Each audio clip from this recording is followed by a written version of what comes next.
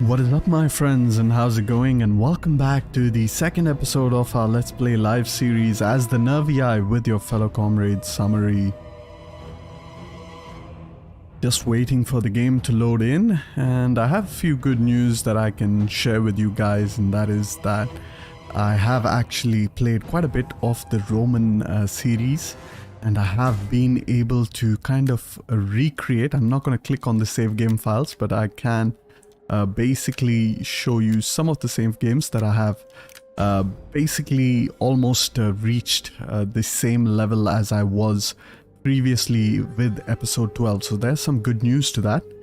And yeah, without any further ado, let us hop on and see what we are actually doing. I have set up my system once again with all of the arrows that we have, and pretty much I'm in a much better state of mind in today's episode.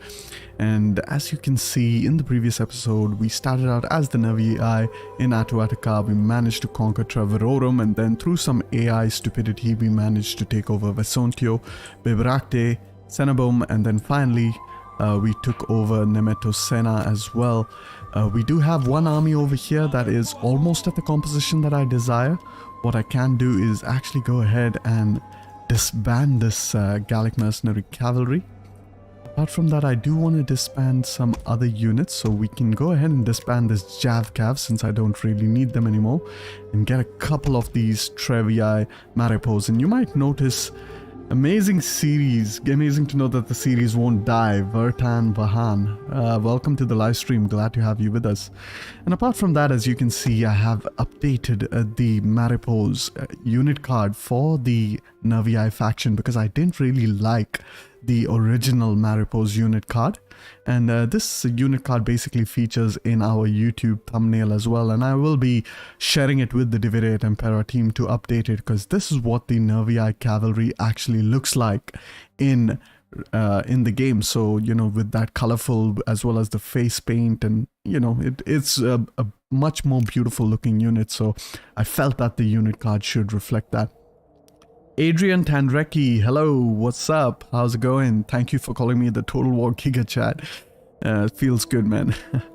Anyways, so yeah, I think the objective of this episode would be to kind of try to reunite the entirety of Gallia, and that means taking out the Massalia as well as the Bituriges. The Averni have lost their settlement of Nemesis, so they will be soon all but dead. We have the Vivici that have expanded a bit into Narbonensis, and of course we have the Volcae over here, the Pictones, the Namnetes, as well as the Lexovi. So yeah, we have quite an episode ahead of us. However, before we go ahead and end the turn, which is what we should be doing, have a quick look at all of our provinces. Everything seems to be fine. I am going to convert Gallia into an economic province, as it is a 4-region province, and therefore making it into an economic province will be the way to go.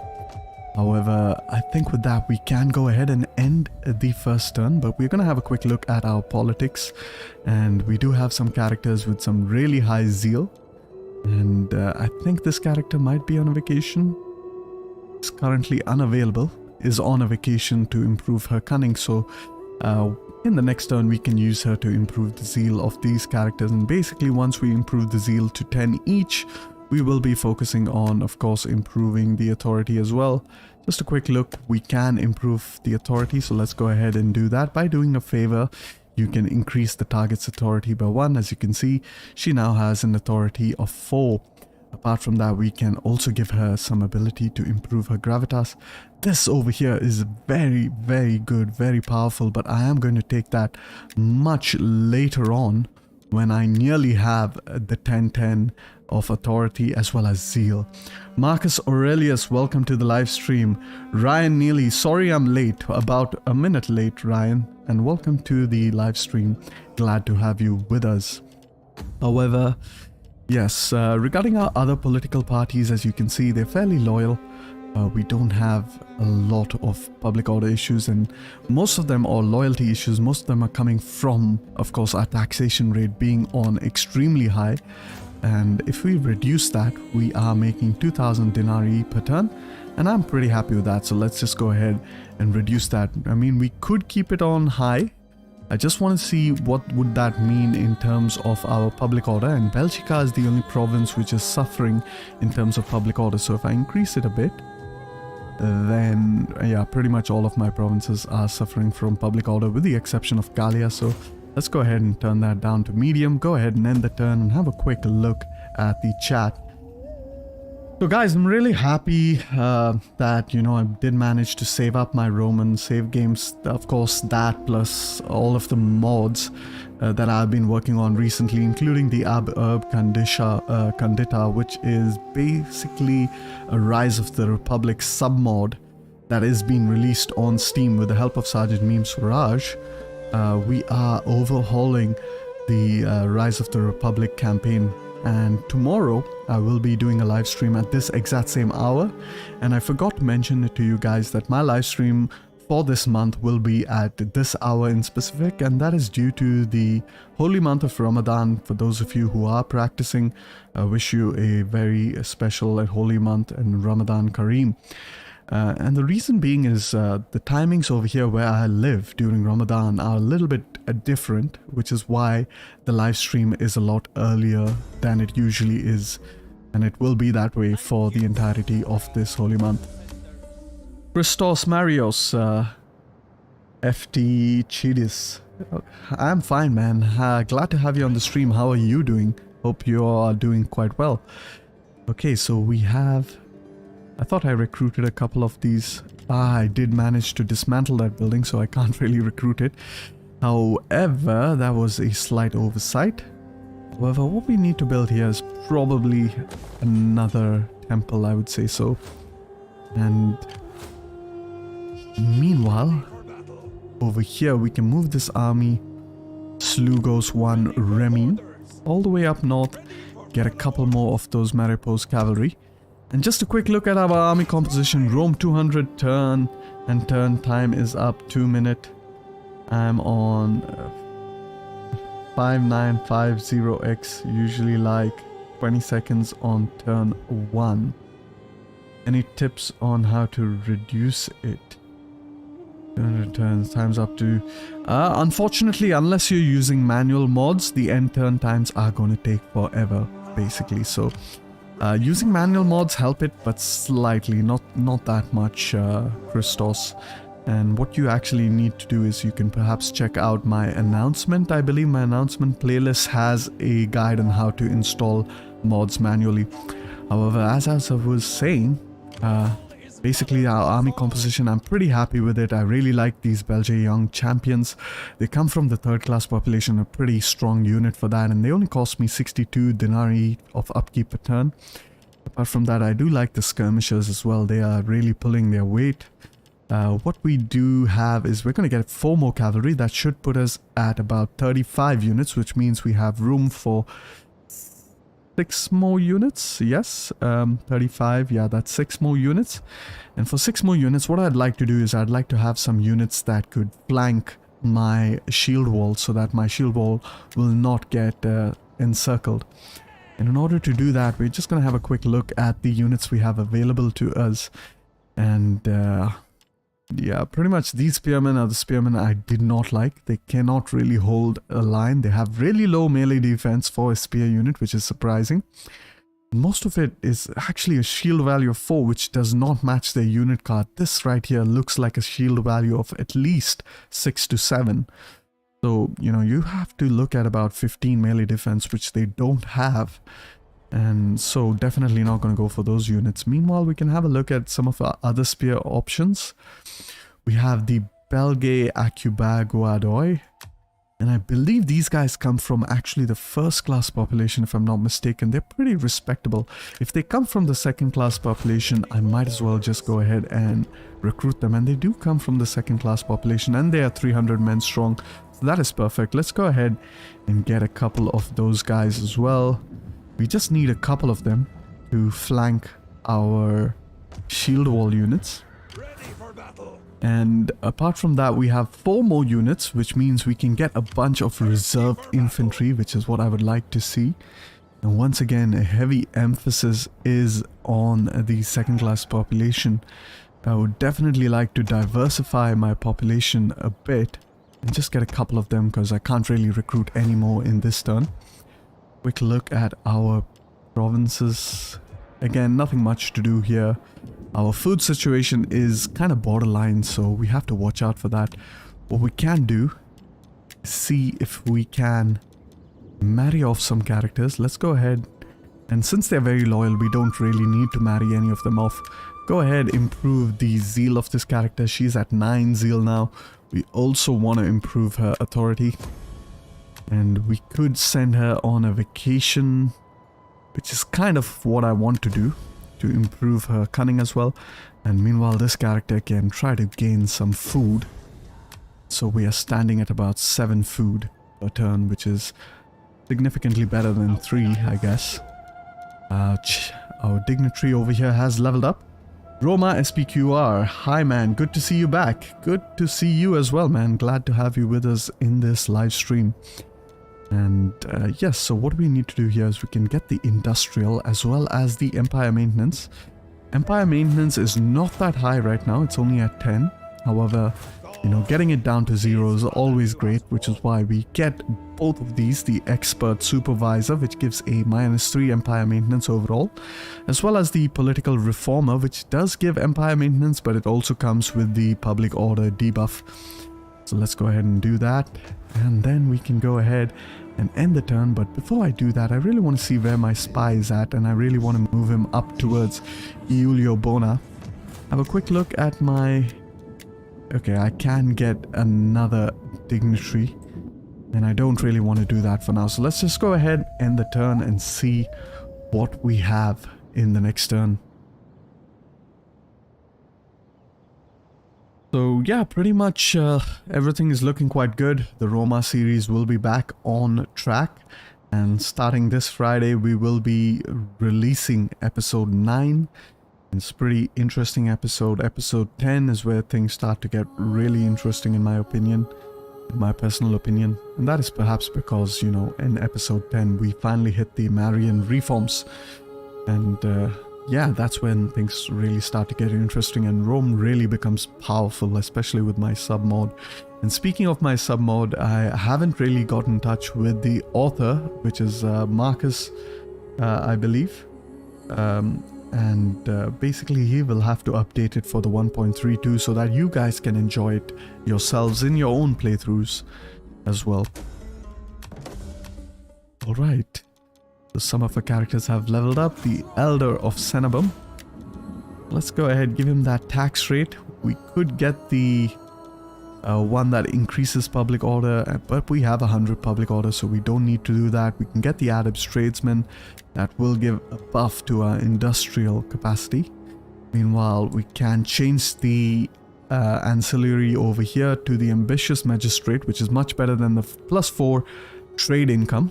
Is definitely getting the +8 tax rate as well as the +8 wealth from all commerce.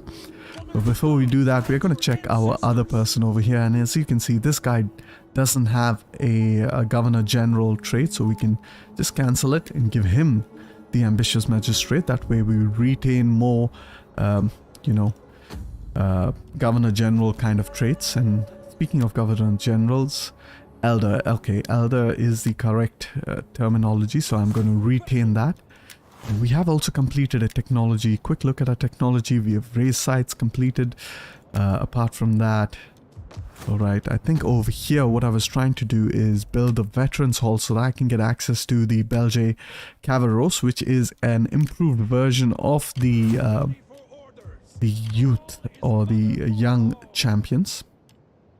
So in order to upgrade that, I will need marble, which I don't really have for now.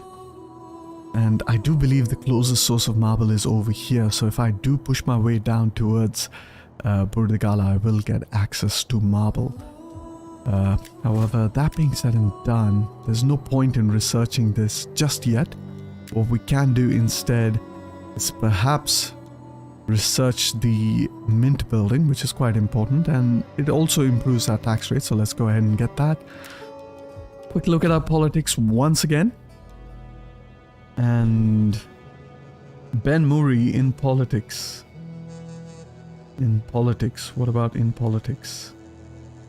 Maybe using Cadron's mod manager can speed things up. It speed game loading time for sure. I don't know about turns. Well, I haven't really used a mod manager, although I wouldn't really mind dipping my toes in that territory just to kind of get to know what it's all about. Keep improving the authority of this character. Great. She's a 749 now. Meanwhile, this character is a 648. We can send her to improve her cunning. And you can get some more food in Belgica. Great. And the reason I keep increasing my food is that you want a food to be at a minimum of 20 because, you know, that is where you get the maximum bonus for food. Let's go ahead, keep moving our spy all the way up and go ahead and end the turn.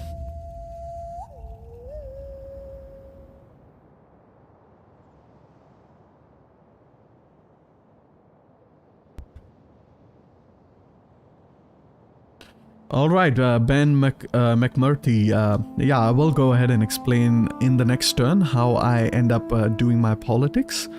And I say politics is really powerful and a lot of players actually ignore it, but you can get a lot of buffs and you can really shape up the way your faction functions with politics if you play the political game. So I will go ahead and explain that in detail, in depth. And if you want a non-aggression, my friend, you will get a non-aggression and perhaps even a trade agreement, because why not? Maybe you will pay me a fair bit.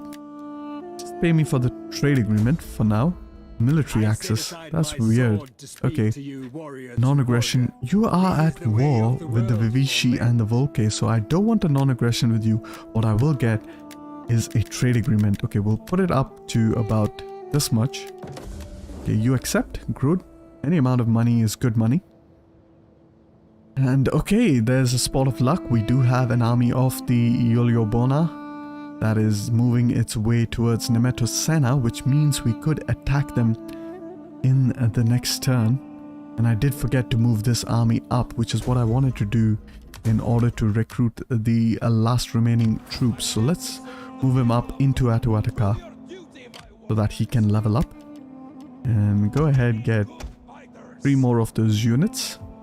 And what we will finally need is a baggage train.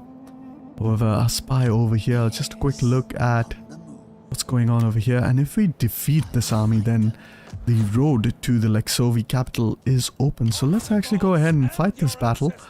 Go ahead and attack them over there. We can declare war. But before that, I just want to see if we have any sort of agreements with them. And we don't really. Meanwhile, the Namnetes are at war with them, so we can ask to join the war against Lexovi. And yes, we are going to fight that war. Meanwhile, a quick look at our other politics or diplomacy. Maseli will not get a trade agreement with us. What about the Heroes course? You're on moderate. Go ahead and accept that.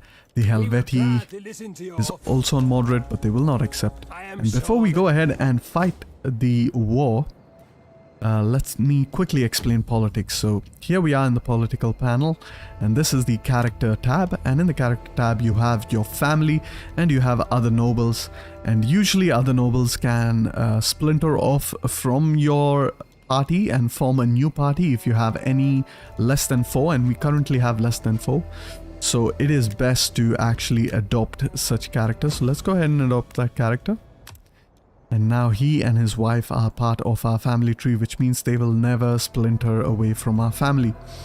Now, apart from that, how I really want to use my politics is I actually want my female characters to carry out a lot of political actions. So if you look at this top part over here, this is these 3 actions, which is send diplomat, and of course organize games, and send emissary is basically your provincial as well as your diplomacy options. Organize games itself improves the public order in provinces. Send emissary gives you food, and of course send a diplomat. You can send it to any faction, preferably factions with a high opinion from you, and they will give you some certain buffs to your factions, and you do stand a chance of even gaining a region or even being executed. So it is a double-edged sword, and I would say use this very wisely. But a good rule of thumb is to send a character that has at least 800 gravitas. with a faction that has at least 200 opinion of you. And as you can see, the faction that best likes us is the Pictones at 103. So, and this character has only 50 gravitas, so definitely don't do it with these characters. Apart from that, over here, this is where you have actions that you can use, especially predominantly on rival party members. And one of the main, powerful actions is Entice, in which you can persuade a member of another party to join your cause. And however, as you can see, I cannot do this right now because I need 2 more cunning than the target's authority. And if you look at all of these characters, they have 3 authority. This one has 8. This one has 4. This one has 6. Meanwhile, I only have a 5 cunning, so I don't have enough cunning in order to do this action. And of course, I can't do it on a party leader. So even though this character over here has 3 authority, I can't really entice him to join my party. So this is a very important thing. Apart from that, embezzle funds, and I rarely use this unless you are in desperate need for immediate money. You can use this, but you need 6 cunning. Apart from that, you can political marriage. Once again, I don't really do this. You can seek to gain a support which requires 7 zeal and 7 authority. You can spread rumors that requires again 2 more cunning than the target's zeal. And as you can see, I can do this for a couple of characters, but because I do not have a lot of cunning, I cannot do it for this character that has 7 zeal, nor can I do it for this character that has 4 zeal, which is only 1 less than 5 cunning. And finally, you can even assassinate if you have 2 more cunning than the target's cunning. So I can assassinate any of these characters. And speaking of assassination, as you can see, this character over here has populist. So I could get rid of the populist trait by assassinating him. And that would actually give me a bonus to the loyalty of the party, despite assassinating the character. So it's very important to maximize your authority, cunning, and zeal. Now that I mentioned what is the reason for which you would need to improve your female stats, and the reason I suggest female stats is mainly because your males will be leading armies and governing cities, so they won't be free to do all of these actions. That is the reason why I suggest doing it for females. Hololive, welcome to the stream. Glad to have you with us. When was it wise to hire politicians, would you say? I will go ahead and explain that in a bit, but before I do that, I will explain how I actually improve the stats of my characters. So basically, praise is the very first thing you need to do, which improves the zeal of the target.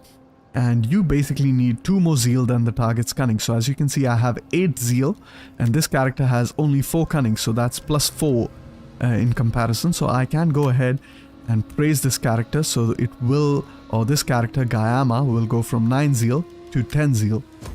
Let's go ahead and praise her, and as you can see, she is at 10 zeal, which is the maximum I'd like to do, but you can do this pretty much indefinitely, but I find 10 10 10 to be the sweet spot.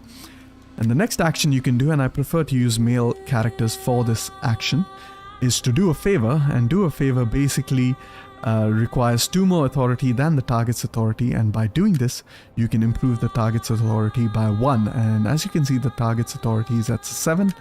If I go ahead and do that action, you can see it is now at 8. And final action you need to do is leisure time, which sends the character on a vacation, and they need to have a minimum of 6 zeal and 6 authority. So now this character can do it, but this character with 3 authority and 3 zeal can't do it. So the very first thing you need to do is praise and do a favor until you get 6 of each zeal and authority, and then send your character on leisure time, and in the next turn they will get 5 cunning up from 4.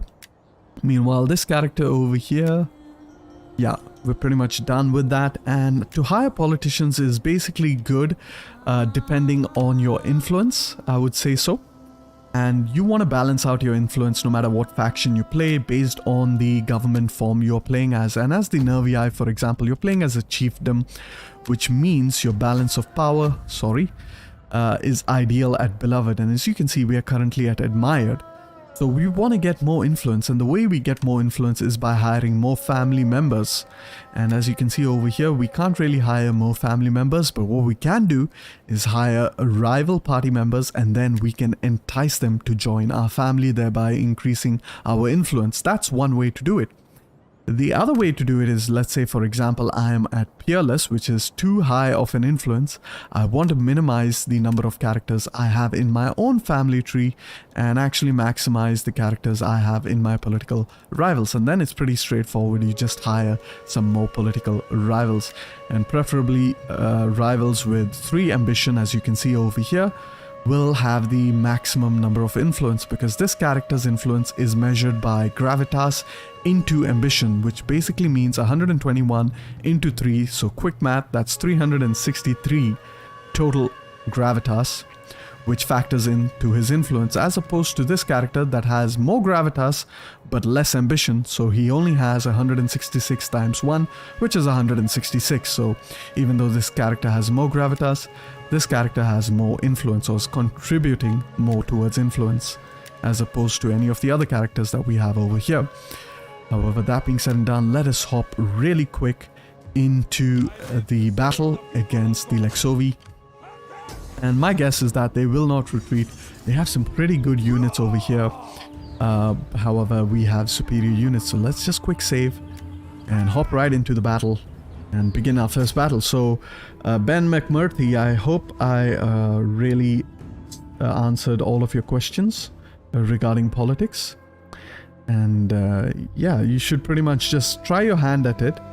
And then the more you try it out, the more you will get used to, you know, the political game. But I do see a lot of players, including myself, I have a lot of game time and I have ignored politics for the most part. The game is playable with politics. However, let's wait. I don't want the rain. However, I would suggest using politics whenever you can. Let's go ahead and turn on our reshade. Okay, there we go. Alright, we want our archers in group 2. We have limited cavalry because we didn't march up our armies in time. We don't have units to flank, so let's go ahead. Select a couple of these units. Perfect. And we go ahead, hide foliage so that I can see what is going on exactly. Meanwhile, group 9 and group 10, you can be slightly positioned behind. And I want all of my skirmishers to be on one side, cavalry on the left and right flanks. 2 cavalry on each flank isn't too bad. However, having 4 cavalry per flank is obviously the best thing you can possibly do. Let's have a look at our army. And of course our spear units, as you can see. Very nice looking shield wall unit, which is the equivalent of a Greek hoplite phalanx. So they're nothing to scoff at. However, they do have lower armor at like 15 armor, so they're not as sturdy as your hoplite variants. And of course on the sides we have our, you know, axemen over here. The Belgian axemen, and these guys are actually really good. I really like them. They are like Agrianian you know, sellswords. And Agrianian sellswords, in my opinion, or personally speaking, is one of my favorite AOR units or mercenary units. So definitely let's go ahead and slow down the battle, slightly get up into a position. Go ahead, hide the tooltip. Behind them we have the Belgian young warriors, and these guys are quite good, and they do have the scare ability and amazing morale of 67, possibly even the highest morale, with the exception of course of our cavalry units. And now that we are in position, what I'd like to do is I'd like to engage our phalanx formation. Select all of the units by holding down the shift key and keep marching up ahead. And this phalanx, want to keep marching up ahead. Keep selecting this individual phalanx, got a little bit out of formation. Alright, let's have a look over here at the armies trying to engage. Turn on that depth of field. Alright, and this is the reason you want to keep your swordsmen slightly behind, especially these naked swordsmen, is because you don't want them to be targeted by the enemy missile units, because they are a bit of a paper tiger. And for those of you who don't know what that means, it means that they are very ferocious, they can do a lot of damage, but they are also really weak like paper. And we are going to quickly stop moving over here in order to brace. Okay, fantastic. And just let's move our cavalry quickly into the fray. And our archers have made quick work of the enemy units. Go ahead, stop over here. And very soon we need to stop our hoplite wall as well. Once they slowly line up, we are going to stop them. And let's go ahead, stop them. Perfect. You can charge these units. You go ahead and charge here. Meanwhile, the Reme Maripos cavalry doing its absolute best. Now it's the time to start to flank the enemy unit, and we're going to do it in narrow formation because that is the easiest way to flank any unit. We're going to do it on both sides, and try whenever you play with 40-man units to be as zoomed out as possible. And now our front lines are almost engaged, and I do see a gap over here that I'd like to exploit. So let's actually bring our skirmishers over there and keep these guys in position. So we can actually throw our javelins into the unguarded flank of this unit. Meanwhile, a quick look at our Reme Maripos cavalry. They've done quite well against that unit. This unit is beginning to rout and send our cavalry on a mission over there. And now our naked warriors can turn around, and this is the advantage of using the narrow formation. You can just see how cleanly they move around the enemy unit without entangling over there. And fantastic. Now what we want to do is we want to charge these units over here, and we can reposition these units around, get group 3 over here to hit that general. The cavalry is done well over here. And now that these units are done, we can just move this unit up here, reorient this unit real quick. And once it's reoriented real quick, charge. And charging works from, let me just pause over here. Charging works from the center of the unit to the center of the unit you're charging to. So you always want to readjust your unit just before charge so that you get that perfect center to center charge. However, let's go ahead and pause the video over here. Perfect. These guys are doing quite well. Meanwhile, these horsemen over here can go ahead, charge these units. Alright. Reposition these units over here real quick so that their center is lined up. Go ahead. We can ask our archers to hit over here. The javelins are doing a wonder against this unit. It's great. Reposition these units, get these units all the way out front. Group 4, go ahead, you charge over here. Cavalry, Reme Maripos cavalry, go ahead, charge. Get a nice view of everything that's going on over here. Getting a little bit better at cinematics. Of course, quick look at the chat. So you need a character with high zeal to start praising up the other characters, high authority to start raising the other characters, and going for vocation for extra cunning. Bang on, Ben. You absolutely got it. So that's exactly what you need to do. So yeah, and the next one. Hey Sam, watch your manual loading on mods. I manual load my mods like you said. Will this affect my save games? No, it should not. If you're using the exact same mods, it will not affect your save games.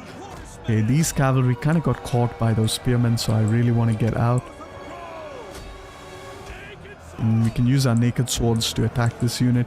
And as you can see, naked swords are actually doing phenomenal. And which men are wavering? Over here we have a bunch of men that are wavering. Go ahead, use our phalanx units to engage. And this is group 3. I can move group 3 over here. And it looks like we are winning the battle quite decisively after that victory. And we could go ahead and hunt down the enemy unit, but I am not going to do that. Just going to go ahead, end the battle. Accept our decisive victory. We have wiped out almost 70% of the enemy force, hardly taking any casualties. Hey Itachi, hello, welcome to the live stream. Glad to have you with us.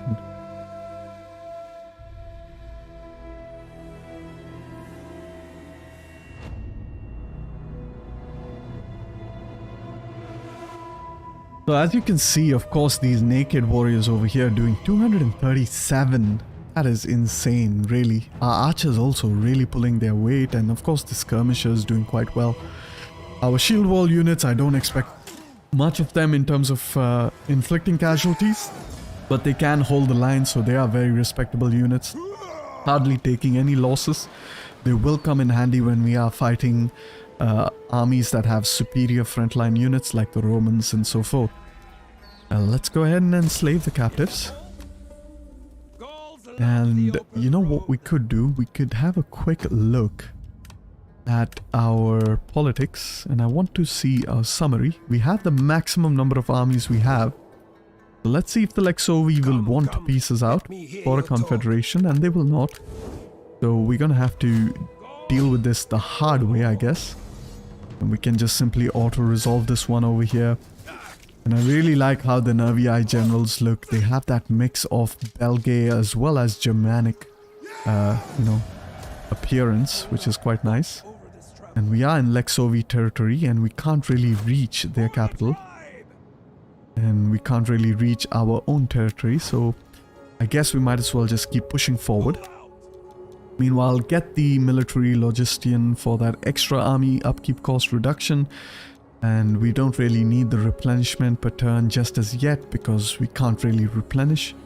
But you know what, I am actually going to go ahead and get it, because, you know, once we capture the settlement of Yelobona, we will need our replenishment to bounce back up as quickly as possible. We have leveled up over here, and I don't really want to build that. I want to reach level 5 so that I can build a sewage ditch which gives extra growth rate per turn. However, yes, we have explained what is going on in terms of politics, so we can go ahead and end the... hello Ajay, welcome to the live stream. Glad to have you with us. For those of you who don't know, Ajay is actually a real-life friend who stumbled upon my YouTube channel when he met me. And although he doesn't play Rome 2 Total War, or perhaps any other computer game for that matter, he's very supportive. He's a very chill guy. So glad to have you on the stream with us. Do you have the same work hours during Ramadan, Ajay? Is it like an early day for you as well?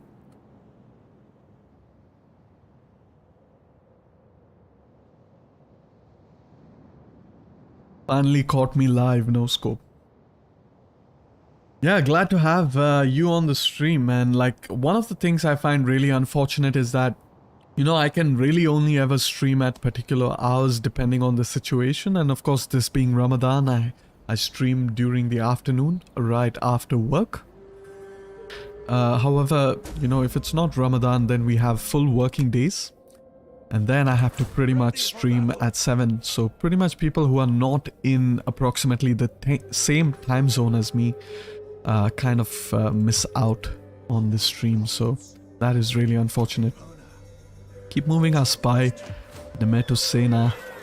This is a really nifty submod for 41 stack armies. As you can see, the banners kind of show you how many units are there in the army. You have 1 star for 10 units, 2 star for 20 units, so you're looking at about 26 units in this army. And of course they're recruiting 2 more, so it's showing us 28.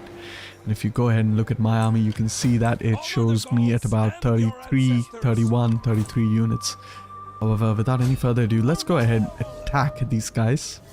And it is only a garrison battle, so I'm not going to fight this one out. I'm going to auto-resolve it. It's at 84%, which is not great, but not bad either.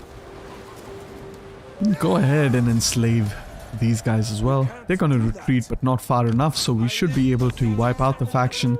A second auto-resolve should be a lot more favorable. And we are going to peacefully occupy the settlement, because it is Gallic culture. And while I thought I would wipe out the faction, their king is gallivanting in the English Channel.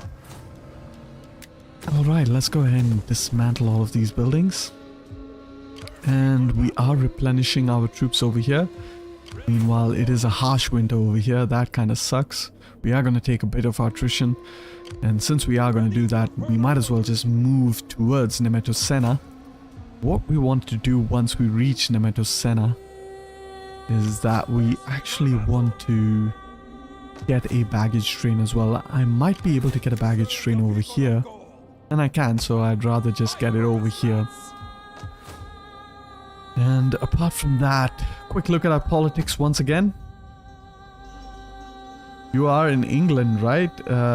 Are these special work hours for everyone or only people during Ramadan? No, I'm not in England. I'm actually in the Middle East, which is why we have Ramadan work timings, which is basically half a day because, you know, fasting can be tough for the people who are fasting. So they give them half the day off so that they can break their fast at the appropriate time. Yeah, however, that being said and done, let's go ahead and improve the zeal of this character. So she is now at 9 zeal. We're gonna go ahead improve the authority of this character, and that being done, we can finally give her this ability, which is available to barbarian factions that give +2 authority, +2 zeal, which is very interesting, and that should bring her up to about 11, 5, 11. But we are going to send her on a vacation, so she will be at 11, 6, 11. Meanwhile, a quick look of our other characters. Everything seems to be fine. Political action, thirst for power. These guys will always kind of be disloyal due to thirst for power. However, if this guy is not a governor general, let's go ahead and assassinate him. Give you guys a... Oh, we can't. Alright. And that's because, of course, cunning. We don't have enough cunning. He has 6 cunning. So we will need 8 cunning to go ahead and assassinate him. And when I do that, you will see that his new or his successor has traditionalists. So we will actually improve the party loyalty towards us by assassinating their party leader. Yeah, however, that being said and done, I think I am done for this turn. So let's go ahead, end the turn. And attacking Nemetu Sena will not be the play. Maybe we can march down south, attack the Pictonus, maybe even attack the Bitrugius or Biturigius.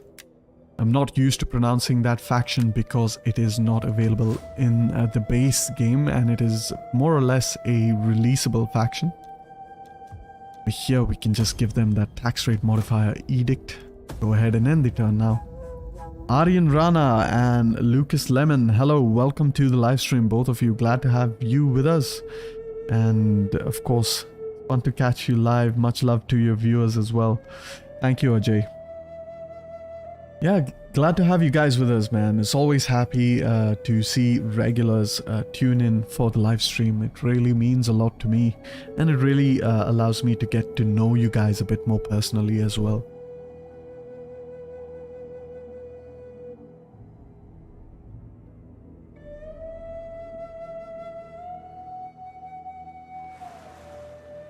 Alright, the Lexovi general, the king.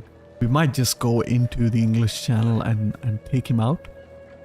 We even have an option to invade Britannia, and I don't know. Good morning, Lucas Lemon. Good morning. It's good afternoon for us over here, but good morning to you. And I am actually going to make a YouTube poll and engage with my audience. Start a poll. Where should I expand next? Britannia or continue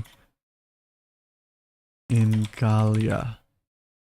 Ask the community. Go ahead and vote. Maybe we can go ahead and invade the Britannic factions. And one of the advantages of attacking the Britannic factions is that you can go ahead and loot all of the settlements, which will give you a lot of income. The advantage of taking over the Gallic territories, meanwhile, is that you can go ahead and pretty much replenish a lot easier, as you can see over here. I'll leave that up to the live stream as to where I will expand next. And speaking of expansion, we can go ahead and attack this army, wipe out this faction. Don't want to have this faction really in the game. Go ahead and slave you. Bye-bye. It was nice knowing you. And we can put our army back in Ioliobona, which we will go ahead and build up some industry over here. And now I am contemplating between 2 industrial buildings. It's either I can get both of the industrial buildings, which is the sluiced mine, as well as the monumental architect, or I could go ahead and build a farm, basically the jewel smith, which gives 20 wealth from all sources. Ooh, and 16 wealth. So you know what? Yeah, I should actually go ahead and build this up. Yeah, that is pretty powerful, man. That is way more powerful than the sluiced mine, which gives 950 wealth from industry, which is its only positive, but 15 wealth from industry, which we anyway get from, of course, this building that gives 16 wealth from industry, but it also gives 20 wealth from all sources, which is insane. So yeah, definitely stacking up that building will be the key.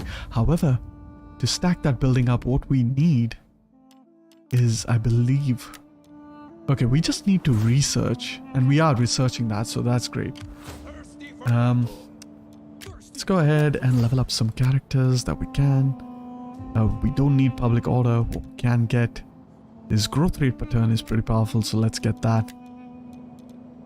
And the public order over here.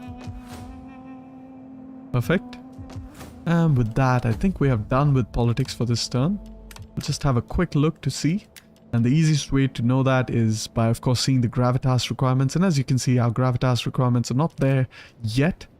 Which means it usually costs me just 30 gravitas to praise. So definitely we haven't done our politics for this turn. So let's just go ahead, improve the zeal of this character. And then we can improve her authority as well. We can also educate a character. It's a female character. Let's go ahead, educate her. And we're going to send this character, keep sending this character on vacation so that she gets that cunning. And see over here if we can get an extra cunning. We can with this, and can get some authority with this character over here. This gives +2 authority, so let's go ahead and get that, and we can go ahead and end the turn. 8:41 AM over there, so you are about 7 hours behind me, which is interesting, which means you're probably east coast of the Americas. Probably east coast of the Americas, and also daylight savings, I'm guessing, is at an end. Will you agree to trade? Ooh, the Marseilles have expanded quite a bit, and they want a trade agreement with us, which is great. I don't want them to attack me, so let's go ahead, get that trade agreement. Follow life. Don't forget to leave an army behind to protect your holdings. And yes, I do agree with you. I do like to watch my back. I do like to be very careful with where I expand and how I expand. And I don't really like to get backstabbed. And I rarely ever like the AI declaring war against me. I usually like to be the initiator of wars. However, that being said, you know, whether or not the AI actually declares war on you has to do with multiple factors. One is how strong they view your faction. Two is, and that is a combination of factors, your faction size, the army sizes that you have available to you, and so forth. And of course, two is, of course, their opinion of you. So as far as opinion is concerned, we are doing quite well. So let's have a quick look at the, I don't know if I want to stream. And of course, Britannia has won. So let's go ahead and end the poll. So we are going to invade Britannia. That's interesting. I half expected it to be Gallia, but Britannia it is. And Britannia is actually a very good province to invade, because it is another 4-region province. So definitely a very good thing to do is to invade Britannia. We do have the Namnetes over here, and they are bordering us. We are going to go ahead and get that trade agreement with them. Try to make them a bit more friendlier to us. These guys are at war, so let's do some Divide et Impera, shall we? Let's actually get a trade agreement with the Iceni. Non-aggression pact. And you'll pay me for it, which is great. We're gonna go ahead and try to invade the Reti. I believe that's what they're called, or the Isca, I believe. Which faction? Oh, okay, I think yeah, the Dumnoni. Yeah, so we go ahead and invade the Dumnoni in the upcoming turns. Quick look at politics once again. As you can see, this character is 9, is almost at full authority. So let's just give her that final bit of authority, which we can't, but we can do it with this character. What we need is a little bit more gravitas in order to assassinate this guy, so that we have a favorable party leader. But we don't have enough gravitas. We need about 20 gravitas, and what we can do is actually send a character to improve the public order of a province. That will give her 8 more gravitas. It should also decrease their loyalty a little bit. Can promote the character, always promote characters once per turn, as if you do it multiple times per turn, you will stack up undesirable, you know, exponentially increasing costs for it. So definitely don't do that. Meanwhile, we can send this character on a vacation, and that should give her about 6 cunning. Okay, perfect. Alright, everything seems to be fine. We can go ahead, build up another one of these temples. Once again, the Nervii temples always seem to elude me. Sanctuary of Rutus gives the maximum public order. Ray. Don't really know. Okay, agricultural, okay. Tyrannus gives me wealth from all sources, which is pretty good. And the commercial stimulation edict bonus is also pretty good. So I would say this is more like a commerce-based sanctuary. The Sanctuary of Nehelnia gives me the max sanitation actually, and unit replenishment and a bit more cultural conversion in opposition to the rest. And of course, I guess this is the main cultural converter, so we will need to build a lot of this in Britannia. Anthony Galino, hi, welcome to the live stream. Glad you caught it. I am currently reading a book I think you might find interesting if you haven't read it. It's called The Legions of Rome, The Definitive History of Every Imperial Legion. Yes, I would definitely love to read it, and thank you very much for that. I am in fact just going to screenshot that. Alright, so let's go ahead and screenshot that really quick. Okay, and gonna go ahead, just paste it somewhere where I can look at it later. Military access, you know what? No. Although I don't really care, because of course I am going to be invading Britannia, which is interesting.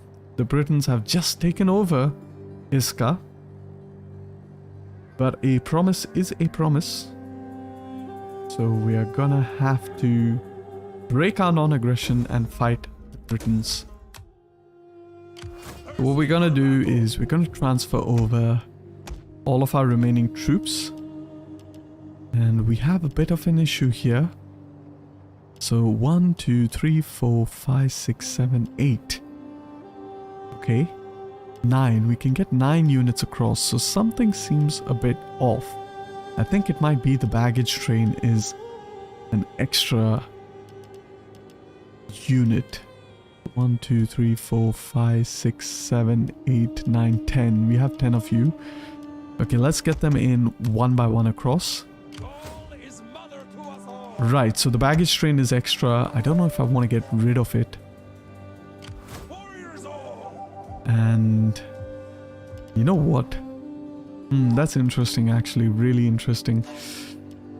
I typically like to keep even number of units so that the unit grouping is a little bit better. But you know what? Don't really know what to do here. Okay, but now archers are doing quite good. They are really good. We have our reserve infantry. But now I'm just going to exchange a couple of these axemen for a couple of the spearmen. Okay, and I will roll with this army composition of a 40 stack instead. Just move Lugos back to Vesontio. Alright, let's go ahead and have a quick look at politics once again.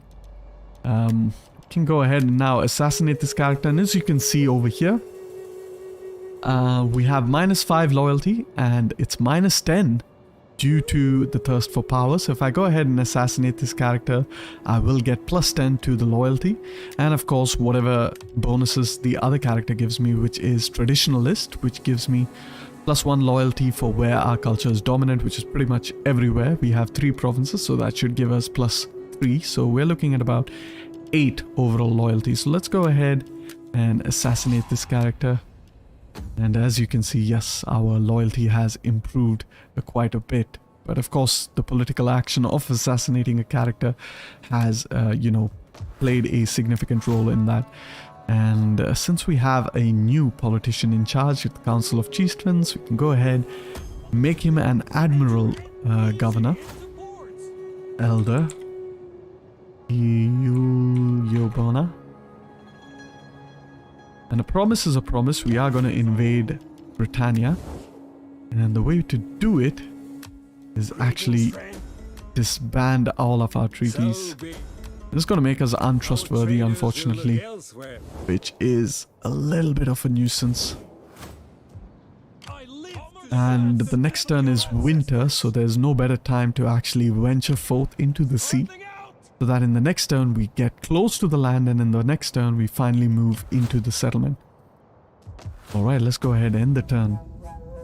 Maybe remove 2 units and get 3 Britannic chariots when you land there. Once again, 3 is an odd number, and I will explain it when I get into a battle. And they have declared war against me, which is fantastic. Couldn't have asked for more. Couldn't have asked for better, but that means I have to kind of defend Bona because I just conquered the settlement, which means it will be vulnerable.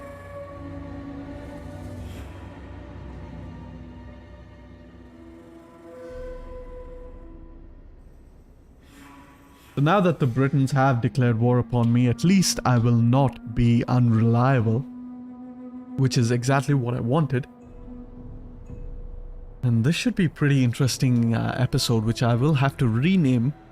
And I have named the episode as the High King of Gallia.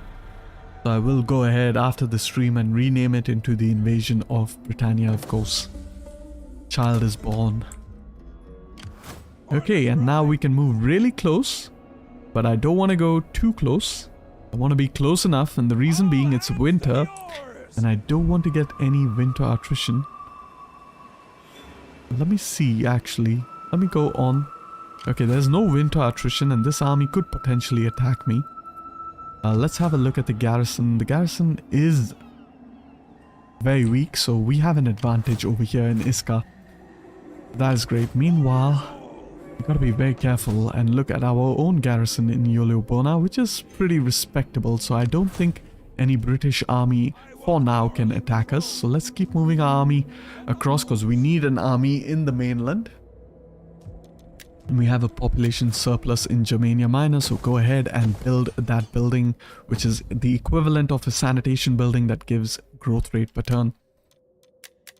However, with that, we can also engage in a little bit of politics. And the best thing to do is send this character on a vacation. And we can start marrying off some characters that will give us some increase to our loyalty. Promote some other characters for some further loyalty. And then we can send this character to improve the public order in Germania Minor. And then we can send another character, which will decrease the loyalty a fair bit, into Gallia, which gives us about 10 food, which is great. Go ahead and end the turn.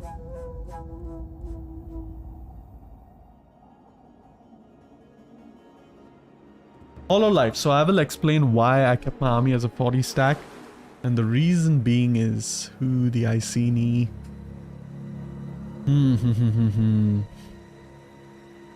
That is troubling.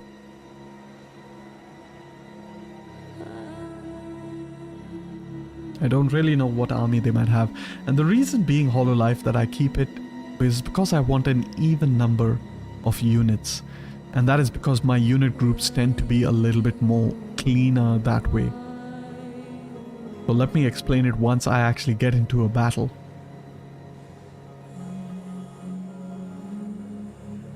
And it's unfortunate, it's just the way it is, you know, arranged. And if it wasn't that way, then it would be ideal. So like in a 20 stack army, so now let's go ahead and attack Isca straight off the bat. And hop into the battle, and then I will explain to you why I, you know, prefer to have an even number of units in a 40 army stack. As you can see, everything is in even numbers. I have an even number of Maripos cavalry, even number of phalanx units, even number of axe units, and so forth. The reason being is when I group up units, the only unit that's not an even number is of course the general, because you can only ever have one general in an army, so that will be the odd unit, and odd units do not line up properly in 40 in a 40 stack. So let's go ahead, just get that reshade done. So see, now I put the general as group 1, and let's say I put my archers as group 2, cavalry group 3, group 4. As you can see, it's pushing my general behind and behind, which is kind of great, okay? Which is what I want, because finally the general will be the last unit over there. So let's get this unit over here, this unit over here, and this unit over here. And now what you can see is that the general is actually in a very awkward position.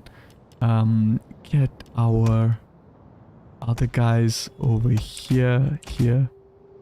Alright, so as you can see now the general is in a weird position because we have gone ahead and done a lot of even numbers. So what I typically want to do is 1, 2, 3, stick to even numbers. That will push the general into a better position, and pretty much that is how I like to go about it. But okay, let's just quickly get out of that. You can be in group 6. See, once again odd numbers. Group 7, push you up there. Perfect.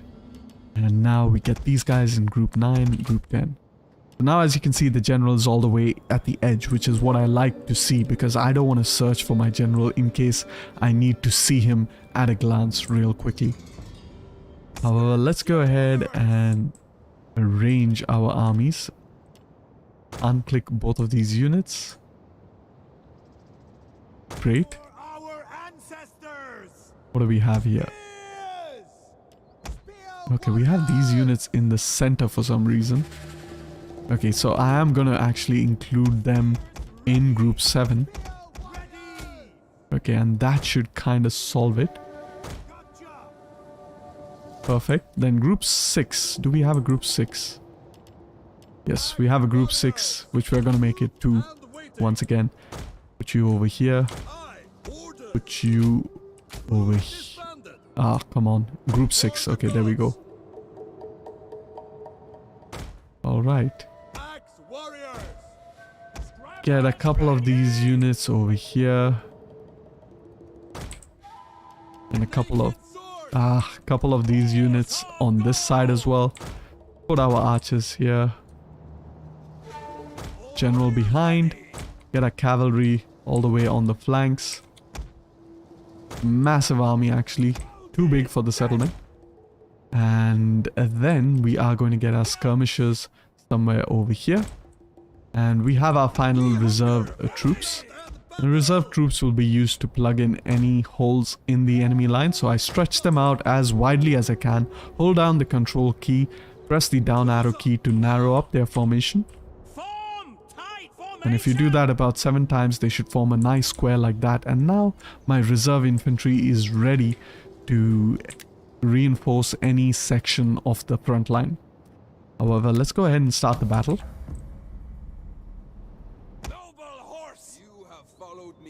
And these guys really don't want to come out of the garrison. So yeah, it's going to be a pretty irritating battle to say the least. But the good news is we have phalanx type units, and I do see them starting to move, which is sort of kind of good news. Nope. Wow, they do have a lot of units though.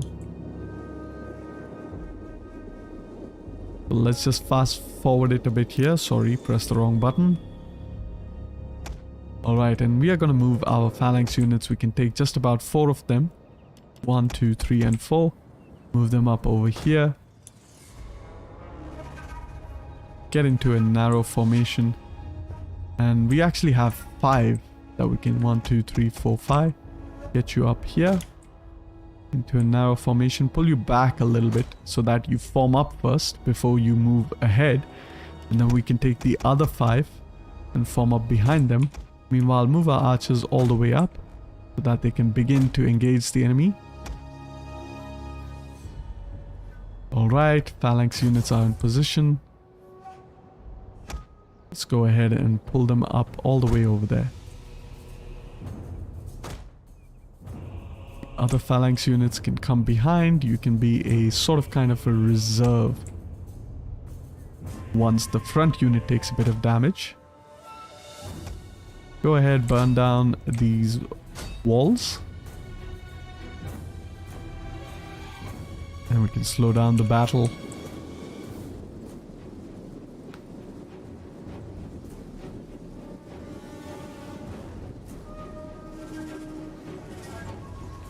It is a 41 unit, it has been modded to 41 units. Ooh, these guys are gonna run towards the wall, which is perfect. If the wall is burning and they're nearby the wall, then they will take casualties.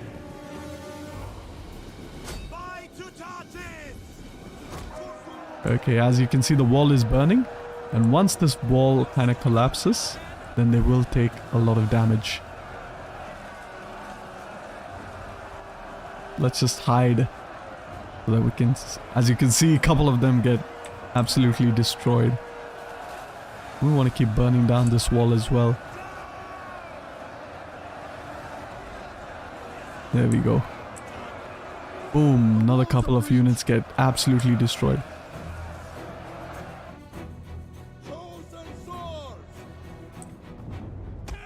It's not a Steam mod, yeah, that's right. You have to do it manually with a save game parser. So let's actually take our skirmisher units and put them up over here on the hill. And go from here and here.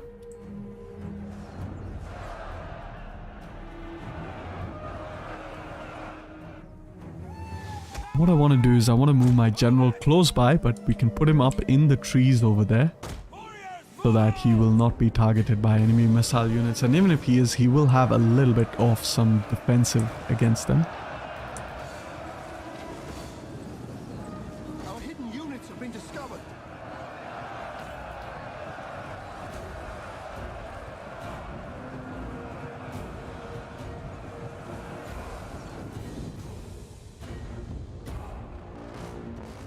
Yeah, our reserve infantry can kind of support my missile units over here, so that in case the enemy decides to come up this ramp, then my skirmishers won't be caught with their pants down. Yeah, actually, you know what? I'm gonna push my archers as well over there. That's a very good suggestion.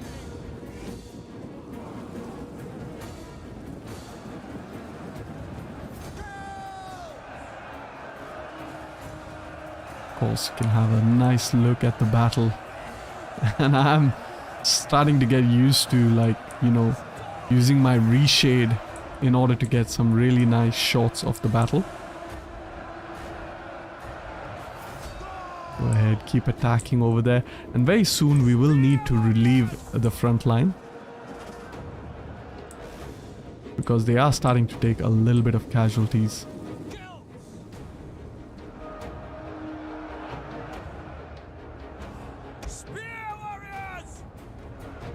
So I think it is time we can go ahead and relieve our front line. Let's move our second line of shield wall units into the fray. And then once they are in position, we are going to disable the shield wall for the other units. So let's go ahead, select them real quick.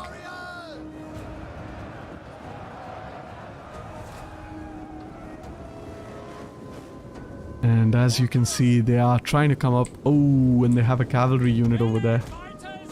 Go back. Group 5, go back. Group 2.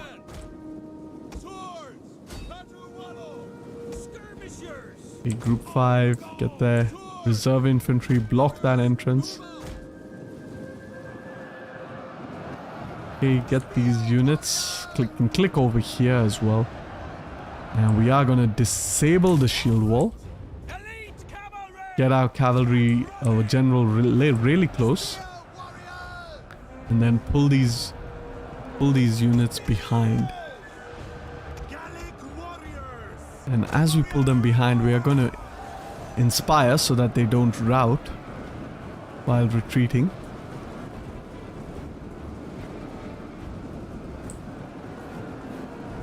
So now we have fresh troops into the battle as well, so which is good, of course. missile warriors have finally reached on top. Archers can also move into position. And now that these units are positioned here, we can go ahead, put them back in shield wall. And they can kind of sort of get some much deserved rest over here.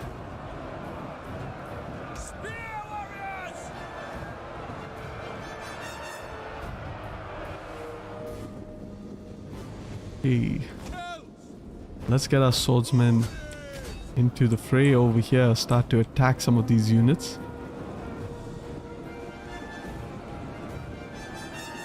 And we can get our cavalry into this position over here. Perfect.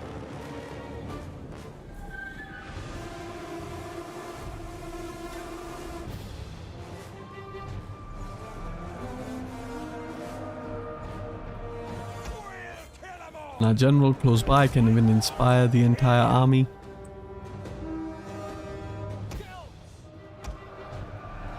There is our cavalry. Come here.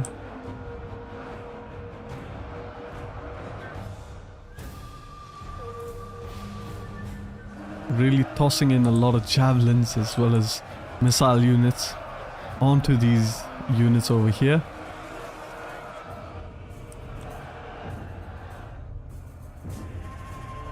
And as you can see, the new line of phalanx units are really taking low casualties, which is very good.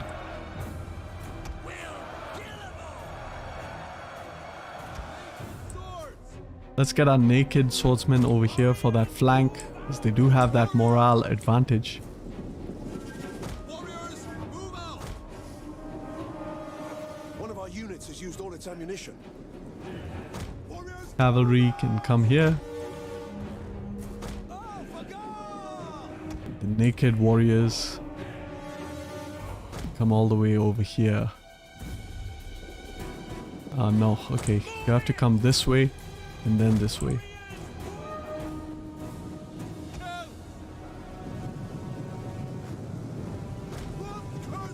one of our units has used all its ammunition. Alright, let's go ahead and keep attacking these cavalrymen.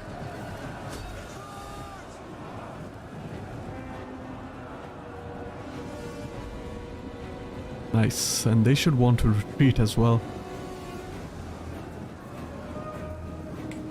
Fantastic. Let's go ahead and just line up over here so that our swordsmen can throw their precursor javelins, which should be quite helpful.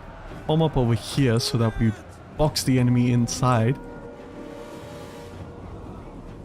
One of our units has used all And its we want to ammunition. neutralize this area over here. Because if you neutralize the area, then they do get a penalty to their morale, which is great.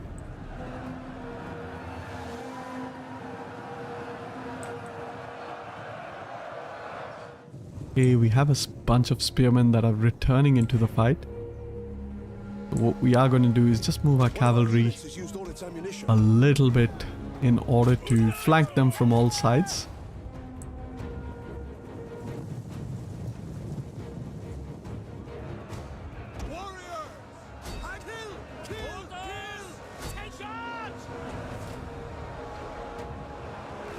Let's go ahead, keep attacking over here.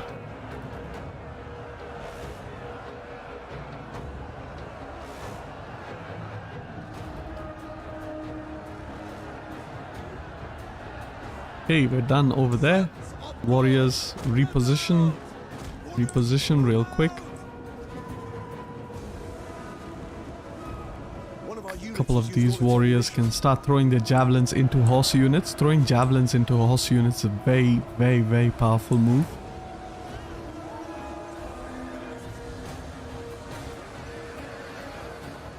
And hopefully we'll not even have to fight them. Used all its ammunition. Hey. Group 8, come into position. Meanwhile, over here, we're gonna... this is a bit weird. No, stay where you are.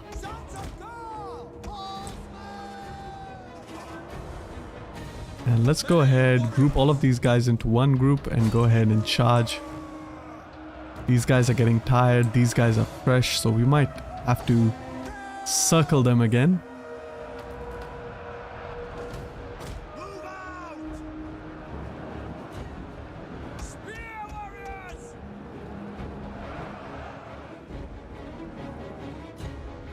Warriors of all! Aikato! Horsemen!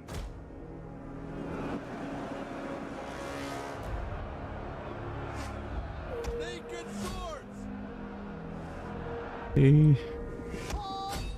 Go ahead, charge from all One directions. of our units has used all its And we ammunition. don't really need to because we used our javelins instead.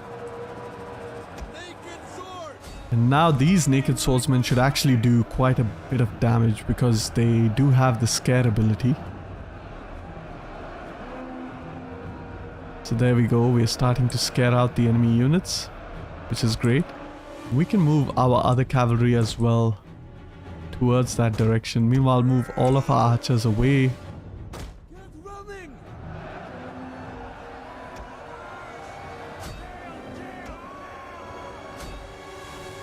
Fantastic, okay, and now these are the 5 units that I want to get out. We're gonna pull them back and back again. Twice. And Wavering. let's inspire everyone. Spear warriors! Move it! Oh, cavalry, no, come back. Forward! Bakumilet! Run! We're coming now! Advance at speed! Perfect.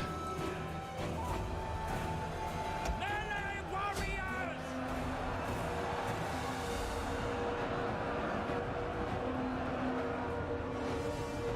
Spear warriors!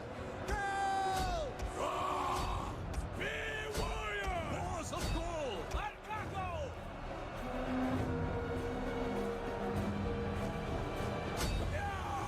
Use our general to charge that cavalry. It's a bit exposed.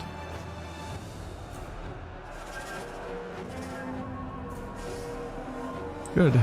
And we can pretty much look at the carnage over here. It's a massive, massive battle. Just a blob of trapped Iceni troops getting hacked down by Belgae warriors.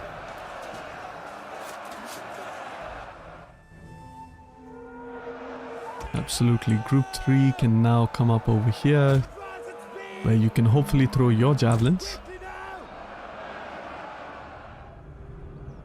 Meanwhile, a quick look at these units. They are now active. Some of them are fresh. We can pull our general back again.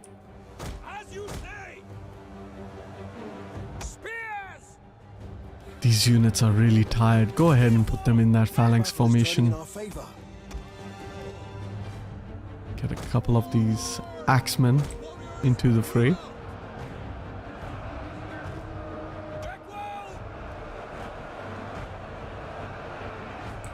And our horsemen don't seem to be wanting to throw their javelins, so we're going to get them a bit more close.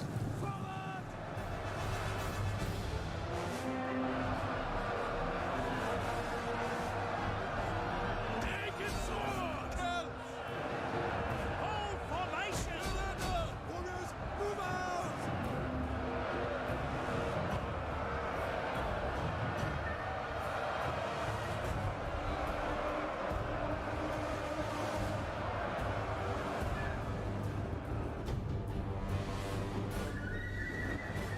We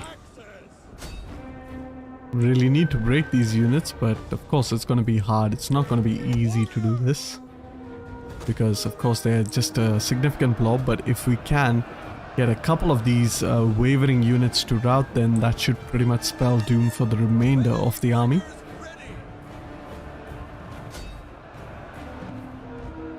Go ahead, get our cavalry a bit more closer as well, so they can throw their javelins.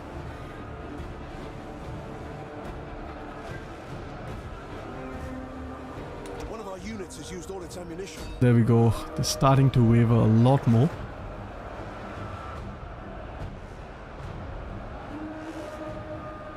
And let's have a quick look at the kills over here. One of our units I'm a bit surprised that the naked warriors haven't done that much. Even though they did get to flank, but in all honesty, of course, they were overshadowed by the early Belgae medium swordsmen taking up most of that front line.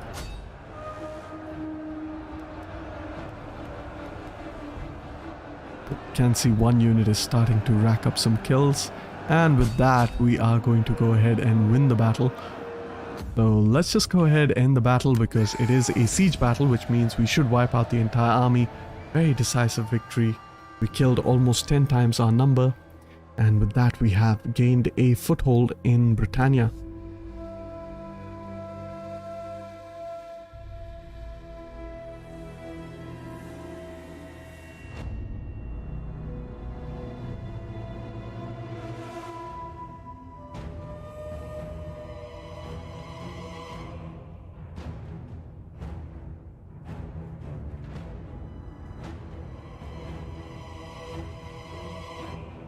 Alright, down goes the first settlement of Britannia, and we can go ahead and loot the settlements, giving us 21,000 denarii for that loot. And what we can do is just quickly, could just repair this building, dismantle these buildings, repair that one as well. We don't have access to an extra spy. We do actually, and we also have access to some dignitaries. Let's actually get a dignitary over here, since we have the money to do so. Get a spy as well, just to keep an eye off what's going on in Britannia. The line of sight guy is good. And we can also get a champion. And the champion, I actually want to keep him in Iuliobona. Let's actually go ahead and get this champion over here. Meanwhile, we're going to quickly move this guy across. And it's this army that concerns me. Let's see. Okay, we can't really recruit anything. We can get one baggage train. And we want to improve this. And for now, we can build a cattle pens over there. And the army has also leveled up, so which means we can get maybe some extra movement range. Could be nice, but we are going to actually go for, I guess, the extra cavalry ability. Since we have such amazing cavalry, why not make the most of it? Quick look at the politics once again, just to make sure that yes, we can engage in politics in this turn. And we're going to send this character on a vacation yet again. This character has 107 gravitas, so she can begin to level up another character. Get the gravitas as well as the authority.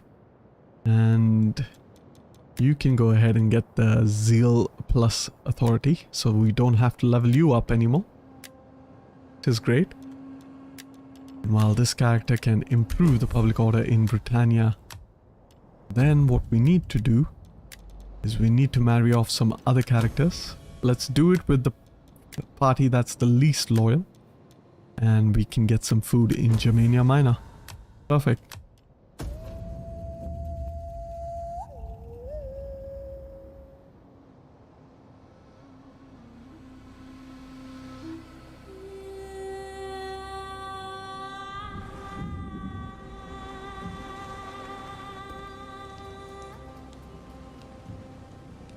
Alright, so the good news is that the British army, or the Britannic army, has come back towards Camulodunum. And the bad news is we have just been declared war upon against by the Caledoni. So we could find ourselves pretty much surrounded by angry Britons. We'll have to be very careful with how we expand in Britannia, as losing an army would be a significant drawback.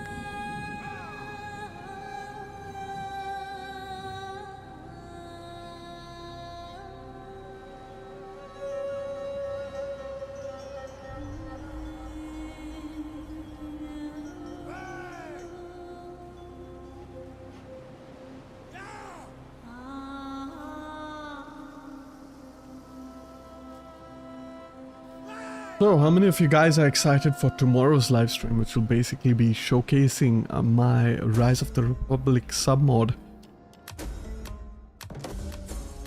Okay, we have a fleet over here. Shouldn't be able to do much against the garrison of Iuliobona.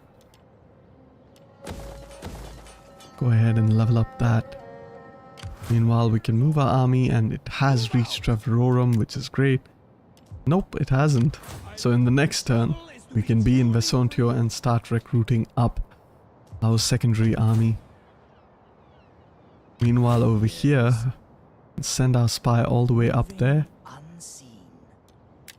And we can send our dignitary over here. And for a couple of turns, we want to sit at Isca in order to replenish. And what we can get in Isca is we can actually build up the entire province of Britannia into an agricultural based province. And the reason being is that the Stonehenge actually gives a 10% wealth to agriculture, and at the second level it gives 20% wealth to agriculture. So agriculture is kind of the way to build up Britannia. Quick look at politics once again. As you can see, our political party is quite loyal towards us, but that doesn't mean we stop our actions. We can still send them to improve public order in various provinces, as well as we can even improve our food situation in Belgica. And then what we need to do is focus on improving the zeal of other characters, as well as sending this character on a vacation. And with that, we are done with the turn once again.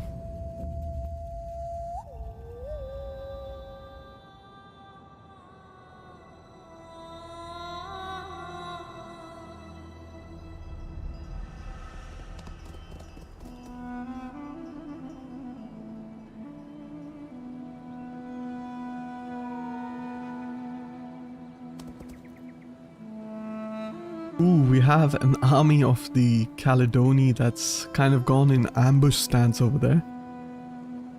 But we are just gonna wait because we want to replenish a little bit. And that could work out to our advantage, because what we actually want to do is slowly engage and defeat armies as we can in the open, where we have the advantage of our cavalry. And then once we do that, then conquering the settlements of Britannia should be fairly easy. And speaking of the Caledoni going to war against us, and I do believe they have the settlement of Iboricum as well as Moridunon, and of course their starting settlement, is that the Caledoni are usually at war with the Irish. So we are going to go ahead and try to establish, and this is a full stacked army, almost.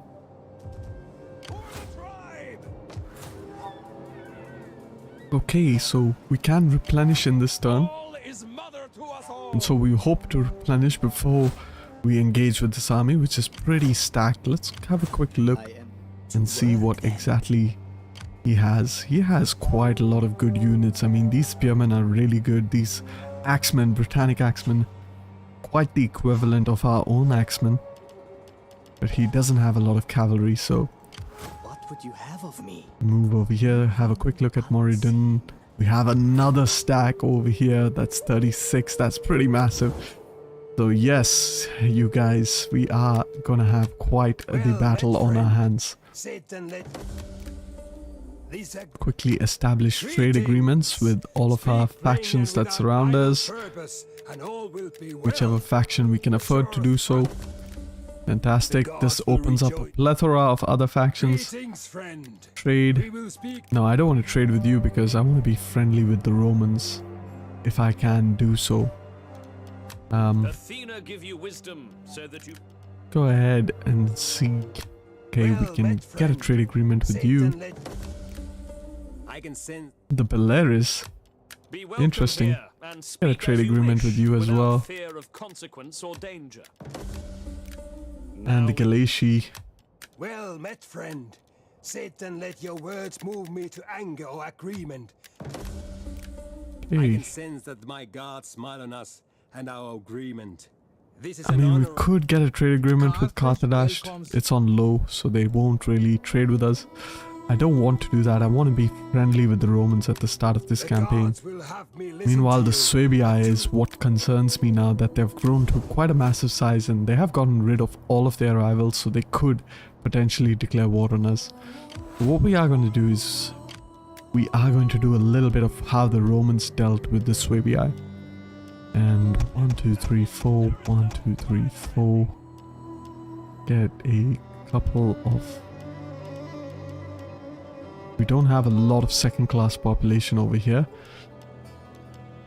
But we can make use of the trick to recruit up more population. So let's get that. A couple of these units. Okay, fantastic.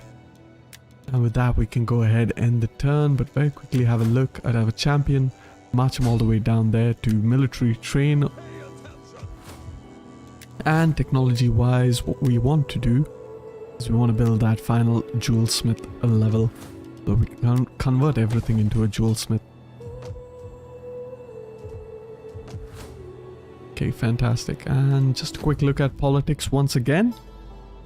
And as far as politics is concerned, still leveling up characters. Go ahead, send her on a vacation. And we can end the turn. Perfect. So this is a bit concerning, especially in Britannia, now that the Caledonians are at war with us.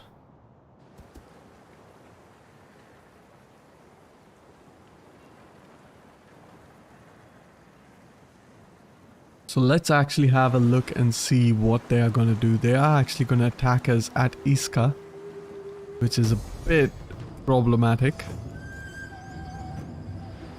Let's just quick save over here, hop into the battle, our first major battle against the Britannic faction, so not too happy with us. And let's go ahead and fight this on the battlefield itself. The good news is we actually have phalanx units, so we can really hold our own against them. But the bad news is, of course, our army is not at its full capacity, so we're gonna have to watch out for that. Another piece of good news from what I see over here is that our cavalry is at full strength, so that is great.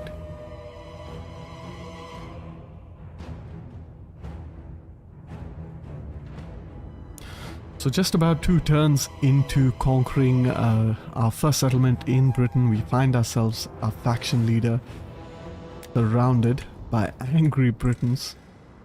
And have a look at this settlement. Okay, so these guys can potentially land here or here, and they can even enter from here. So we'll have to see how that plays out. Let's just quickly group up all our units. Get a cavalry, group 3. Group 4, group 5, okay. And get a couple of our spear units over here. I'm gonna put you slightly behind, even though that means you have to widen up your formation a bit. The reason being is I can put some traps here. And I don't really know where the enemy army is going to be coming from, so that is a bit of a problem. Okay, and we have about... we can put 4 units there, so let's 1, 2, 3, 4. Get you over here. Move you there. Okay. Perfect. And you 4 can come here. Set you up over there. And then we should have about 2 more units. And we can pretty much group them up over here to protect in this direction. Meanwhile, our swords unit can be over here. Our baggage train in the middle, general in the middle, and we can use our naked warriors somewhere where they can be in the middle, where they can go in pretty much any direction we desire them to go. Alright, let's go ahead and start the battle, see how this plays out. I have a feeling the enemy should come from here. We can just fast forward this. Reinforcements approaching. Alright, they come from there, so approximately where I told or estimated they would come from. Which means these units over here are pretty much not that useful over there, so we can put this in group 6 and reinforce group 6 over here real quick. remove that shield wall so that you get there quickly as possible.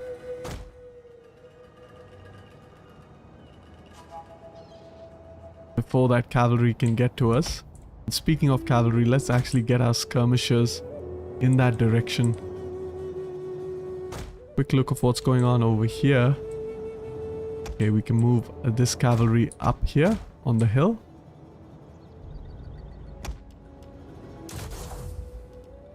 This cavalry is going to get absolutely shredded.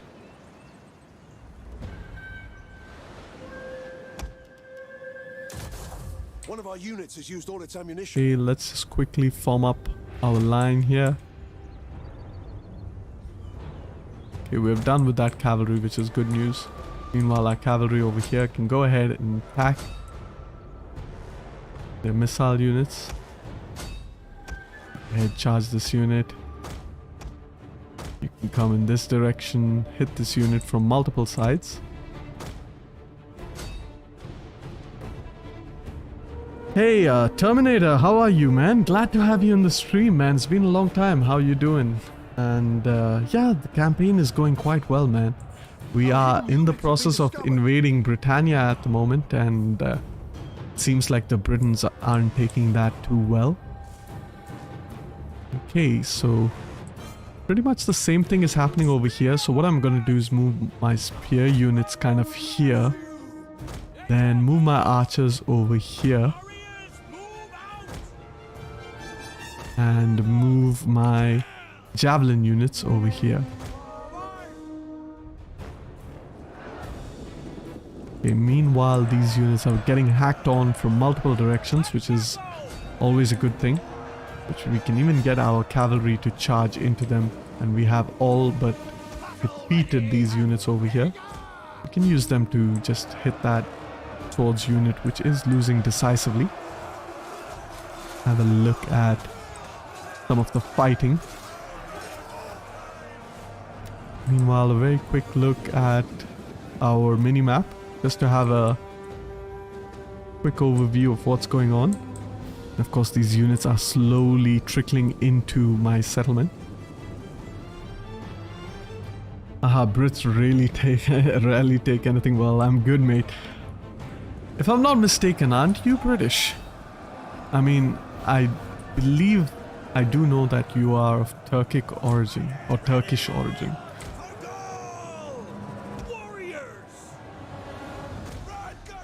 Alright, let's use our swordsmen over here to kind of start to flank. Okay, our archers.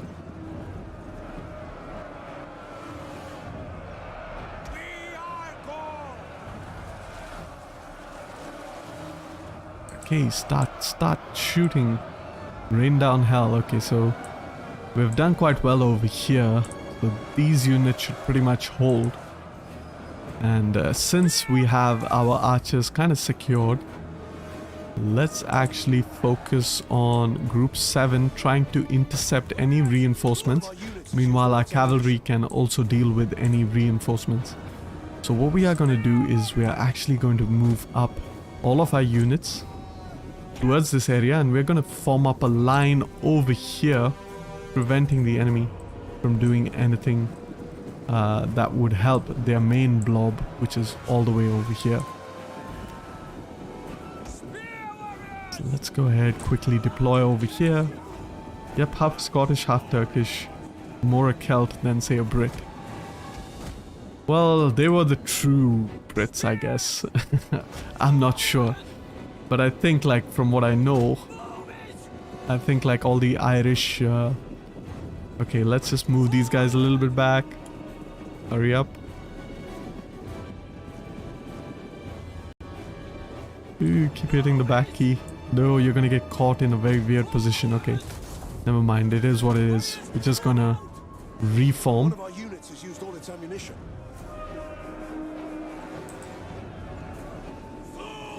Naked boys are making their way.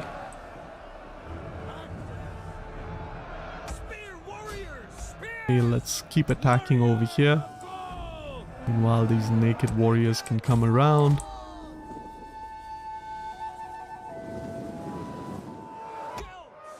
Get a cavalry all the way over there. And of course over here we are doing quite well. We can get our general a bit closer to inspire them, and we can use these couple of guys as a reserve as well. Get our general here. These are axemen, I completely forgot about them. Let's get our naked warriors a bit ahead.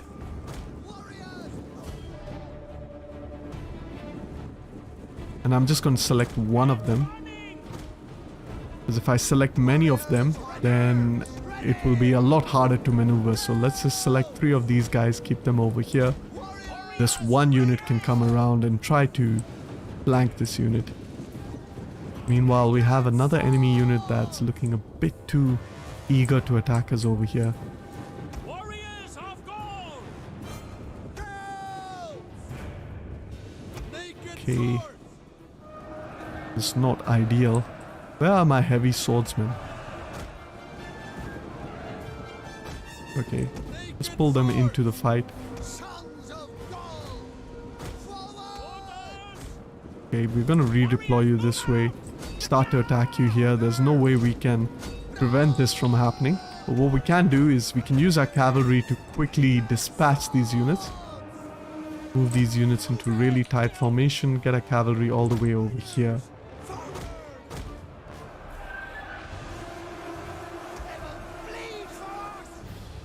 Okay, and these naked spearmen can kind of protect us from our cavalry from being hit in the back with spear units.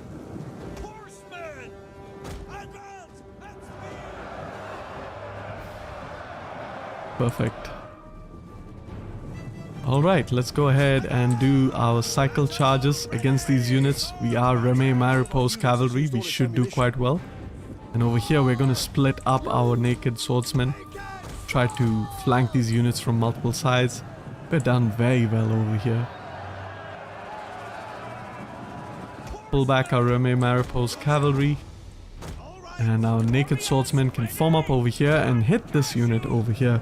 Rise of the Republic DEI campaign when? That'll be tomorrow, Terminator, about the same time.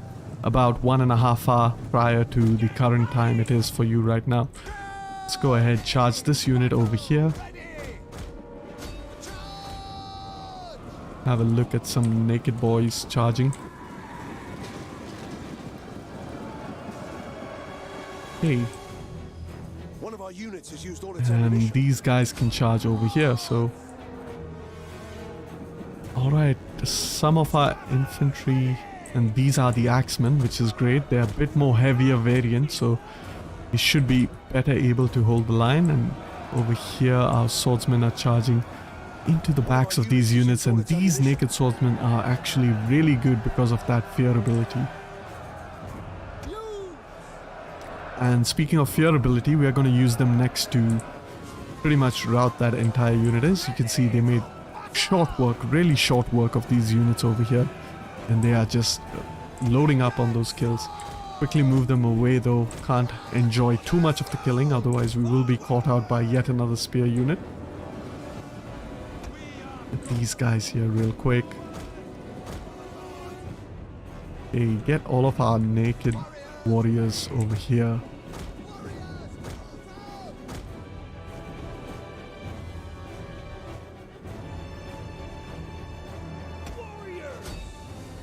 Right, our cavalry, you can come here. Group 4, you can come here. One of our units has used all its ammunition. Go ahead, charge there. Meanwhile, you come over here. Perfect.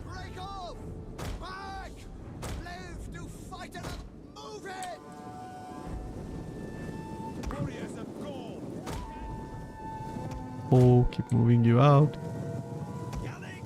You know what, I'm just going to stop you from continuing your run into those units by charging you with our Maripos cavalry. Okay, and you stop, which is exactly what I want. Juke that. And now we are just going to attack you. Move all the way back. Yes, perfect. Alright, we're going to take these guys, split you up over here. You can continue over here. Meanwhile, Group 3 can go ahead and charge into the backs of these units. Spread out as widely as you can. Perfect. You over here, come this way. You can come here. Alright, go ahead, charge that unit. Perfect. Sword warriors can come here. We see a bunch of reinforcements trickling into the battle map. Thankfully, our naked warriors are almost in position.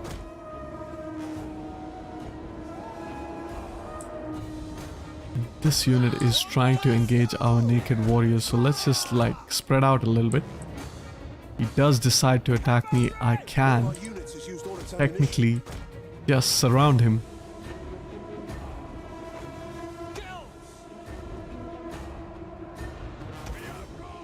Hey, group 4, you done well.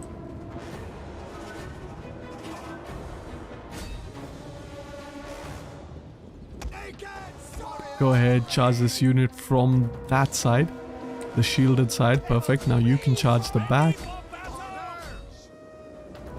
Frightened by an enemy unit, that's exactly what these guys are good at.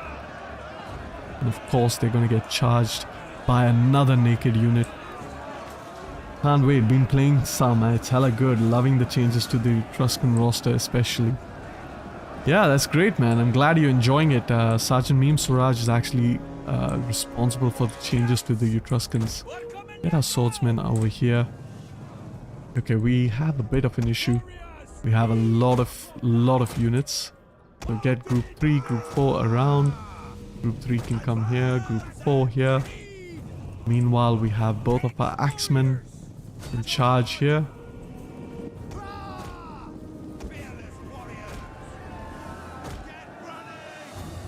Okay, our naked warriors have dealt with these units, so they can go ahead, charge into the settlement, get rid of this entire blob over here. General can scare off this unit. Dumb. Perfect. Go ahead, charge into the backs over here. Keep charging. Group 3, you should be in position. Discovered the enemy's hidden units. Wow, they do have a lot of units. What's up with our naked warriors? Go ahead, charge in there.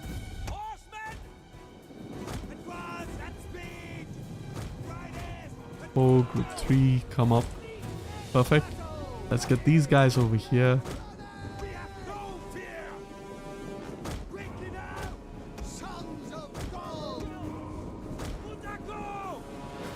Two of you can charge into this unit. Meanwhile, you get out of shield wall. Come all the way in front. Two of you charge here. Two of you charge into this unit. And we are going to have a pretty massive charge. That's interesting.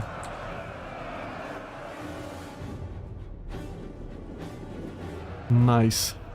Did you put them in data? Okay, so once again we have engaged over here. Yet another line. Just still more lines, and now we have some enemy cavalry as well, which is interesting because this is a light cavalry, which could pose a bit of problems for us. Meanwhile, over here these units are done.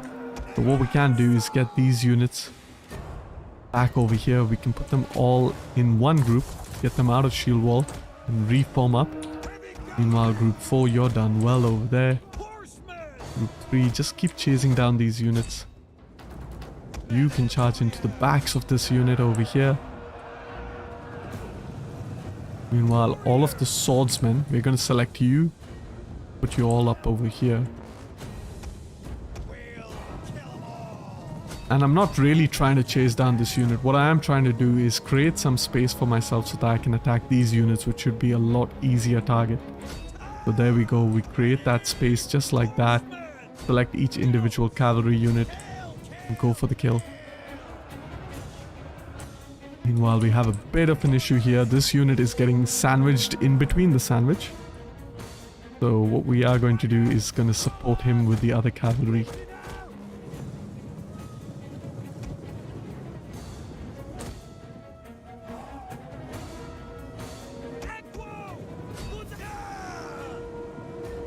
Hey. 1, 2, keep charging. Alright, our naked warriors have done quite well. Actually got a lot of kills, 300 kills each. We're gonna bring them here because for that morale debuff. Meanwhile, our horsemen are doing quite well as well. We gotta watch out for the spear unit. And of course, we are gonna win the battle with that. Quite an easy battle. Took a bit of casualties, not too much, but it is a heroic victory nonetheless. Of course, we wiped out the enemy fleet. The Battle of Sandwiches, eh? Exactly. Hello, Summary. Hello, Swen. Welcome to the live stream. Glad to have you with us. Marcus Aurelius, the back file. Okay, I've tried copying mods manually, but some mods aren't modless. Did I subscribe from everything before? You unsubscribe from everything before doing so. Any ideas? Thanks. So sometimes when you keep the launcher open while putting mods into your data folder, that bugs out the launcher. So what you need to do is you need to go to your user directory, go all the way to app data, the creative assembly, Rome 2, and delete the folder known as launcher. Let's go ahead and enslave all the captives.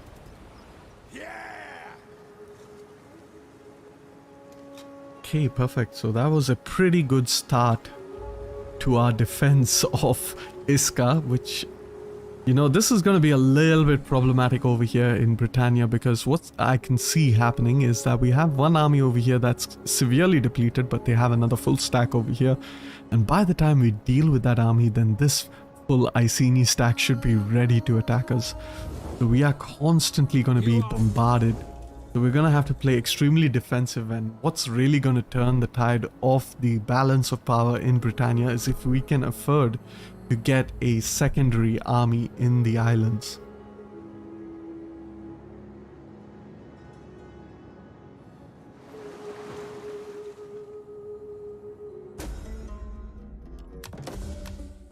So until then, unfortunately, there's nothing much we can do, but our army is almost fully replenished, which is good news. And melee attack skill is amazing for all units. I do like that. Let's actually get that.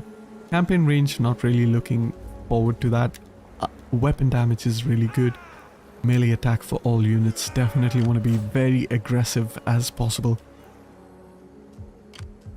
Okay, now can we attack this army? If we do, then we kind of overextend ourselves. So I am just going to be a bit more patient and stay put over there and focus on recruiting up over here.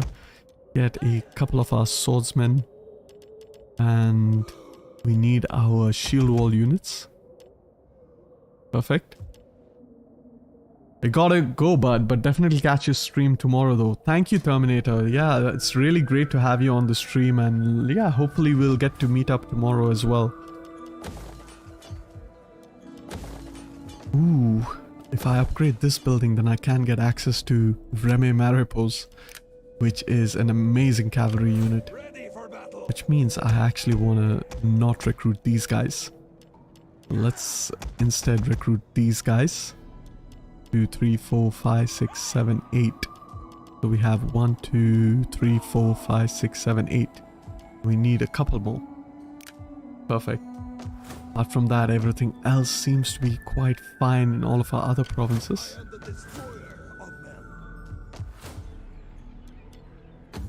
Another problem that could, potentially happen is this Iceni stack ignores Isca completely and tries to make a move towards Nemetusena. So we really need to, recruit this army real quick. And what I'm gonna do is after these 4 turns, I am going to move towards Atuataka or to continue my recruitment. Alright, let's go ahead, end the turn, but let's have a quick look at politics once again. And we can further improve the zeal of this character. This character is accumulating quite a lot of gravitas. And send this character on a vacation. Meanwhile, this character over here can improve her authority, which is great. So now we have a 747, which is also pretty good. And our general can go ahead and educate yet another child. Want to improve the public order in Britannia as quickly as possible.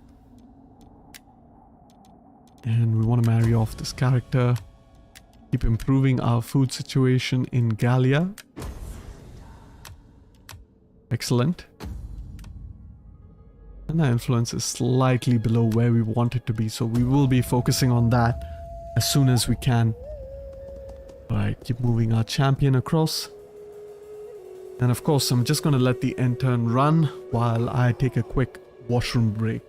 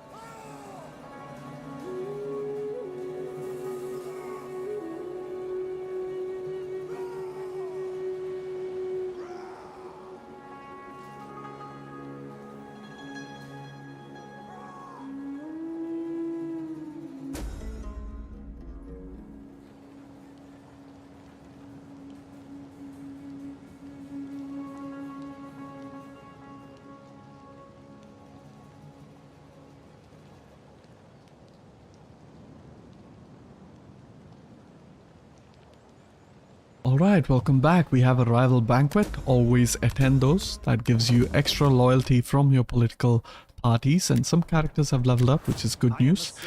This character over here, we're going to focus on that cultural conversion, so get that political zealot as quickly as we can. Okay, wonderful. This guy over here, we can see if we can attack this army without overextending. And should be a easy auto resolve, so let's actually auto resolve this one. And I think I shouldn't have auto resolved that. What we have to do is actually move all the way back. Meanwhile, can this spy actually sabotage the army? Can't. We need to deploy him. This army can potentially reach us, which is a bit of a mistake that we have done. Alright, never mind. Regardless, over here, some of our generals have leveled up. Let's go ahead, give him what he needs. We can give him even some household traits. Weapon damage inflicted by all army units, that's great. Armor is also great. 8 melee attack for sword units, that's also great. And since we have that, maybe we even have it for another character, I believe. Nope. What about you? Okay, nope. Alright, perfect. Improve the public order in Belgica. And can't really do much over here apart from send this character to improve her final cunning. This character can improve the authority over here.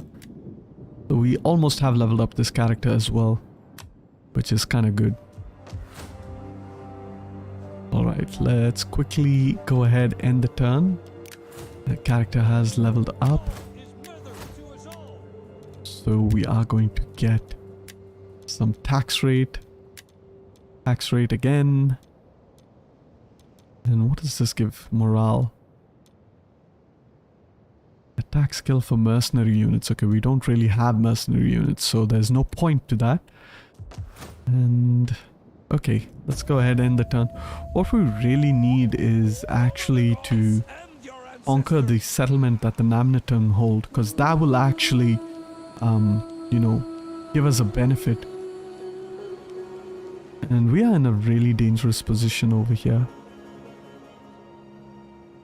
And the Iceni are continuing to build more armies. And this is what I was afraid of. So we are going to retreat.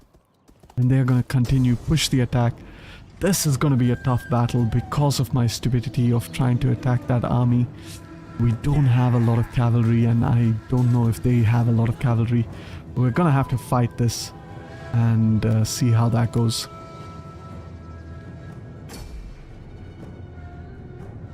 Okay, so they have a bit of cavalry. We're in the bit of a forest. Maybe I should have taken that attack because it was a bridge battle. And they have about 1, 2, 3, 4, 5, 6 cavalry units. And of course a lot of angry Britons. Most of our units are severely depleted, but mainly our cavalry units, which is concerning because cavalries are actually one of the most important units in the game.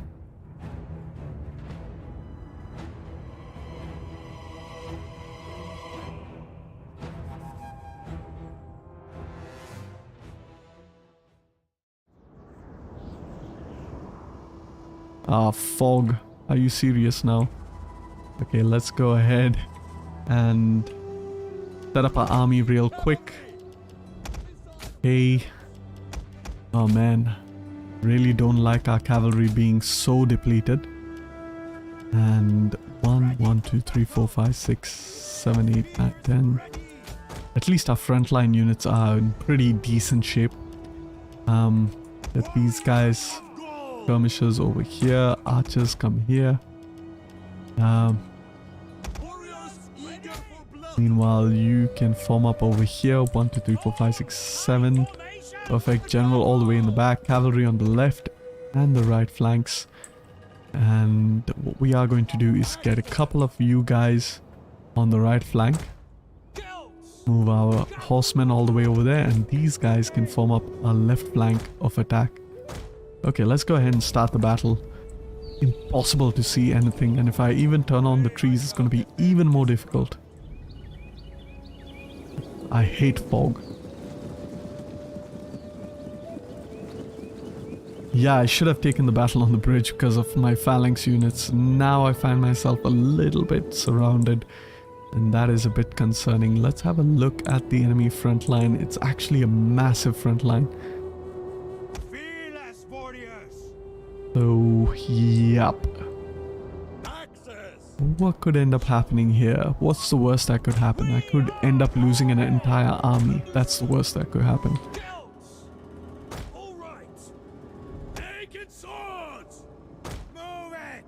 Let's try to protect our flank with the tried and tested new box formation. And our baggage train is all the way in the front for some reason. Let's quickly put these guys in phalanx formation. And we are going to fast forward it a little bit over here. Oof, it's so difficult to see what's going on here. This is the worst possible scenario. I mean, the fog is what's really bothering me. Because I really like to have as much information as I possibly can. And this battle is absolutely the worst possible battle I could have fought. Because we are in forests as well, so it's like really difficult to see what's going on over here. And you know what, putting the naked warriors over there isn't probably the play. So we're going to pull our naked warriors behind, and we are going to put our reserve infantry on that left flank. Meanwhile, get our own javelins to counter the enemy javcav. We have discovered the enemy's hidden units. And we are just going to juke over here. Slow down the battle. Just juke. Okay, we've managed to catch up to this cav unit. So we might as well just commit. Double tap over there. Might as well just commit, and they should lose decisively. Okay, so we do have an advantage of the first engagement. Meanwhile, group 5, or group 6 rather, start throwing your jabs into that cav unit. Ooh, and here is the full force of the Iceni units charging towards our axemen. They have 120 units in their cavalry unit.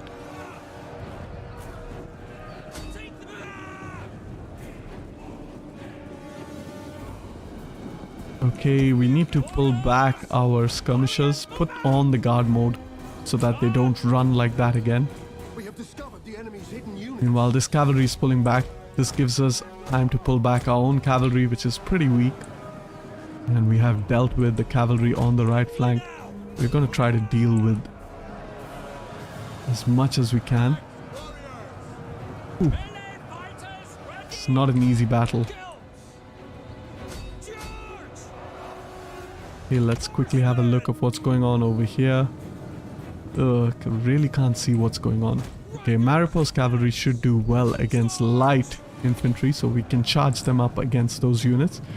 Quick look at our left flank. Keep chasing. One of our units has used all its ammunition. Excellent. Quick look at the right flank. Maripo's cavalry done not so much damage. We're going to pull them back. Right flank again. Pull back. Okay. Of course, our weak spot is over here. So what we are going to do is we're going to move our naked warriors onto that right flank where we are at our weakest. Group 4. We're going to charge you, but we're going to take a couple of you and try to go around the enemy.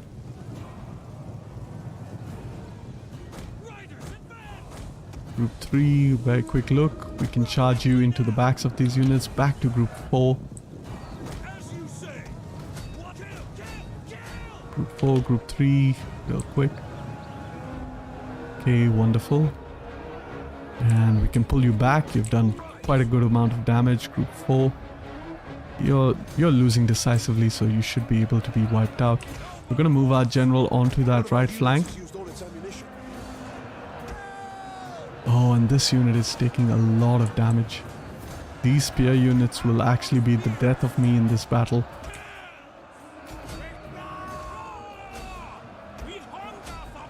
Group 3, what's going on with you? You can charge once again at these units. Group 4, you're done with these units, which is great. We're going to pull you back over here. No need to chase down that unit. Now, General, you are over here. We're going to inspire. Group 3, done quite well. We're going to pull you back before the enemy cav can get involved. Group 4, real quick. Okay. Quickly control group you so that you charge into different units. The general can go ahead. Okay, what we need over here is a mass route. Group 3, meanwhile, go ahead, charge once again over there. Group 4. Okay, good. Group 4 has done quite well on the charge over here. Managed to rout a couple of units. Meanwhile, our naked warriors have gotten into position. Group 4, go ahead. Make sure none of these units return back to the fighting, because that could be detrimental. And we have our other group over here. Go ahead and hit this unit. Group 6. Group 3, go ahead. Group 4, very quick look at what's going on over here. I want each of you to keep chasing down a different unit. But unfortunately, the enemy general has caught up to you. Okay, if we can kill the general over here, that should be quite good. Meanwhile, quick look at Group 3, you've done quite well. We've dealt with that unit, pull you out, pull you back.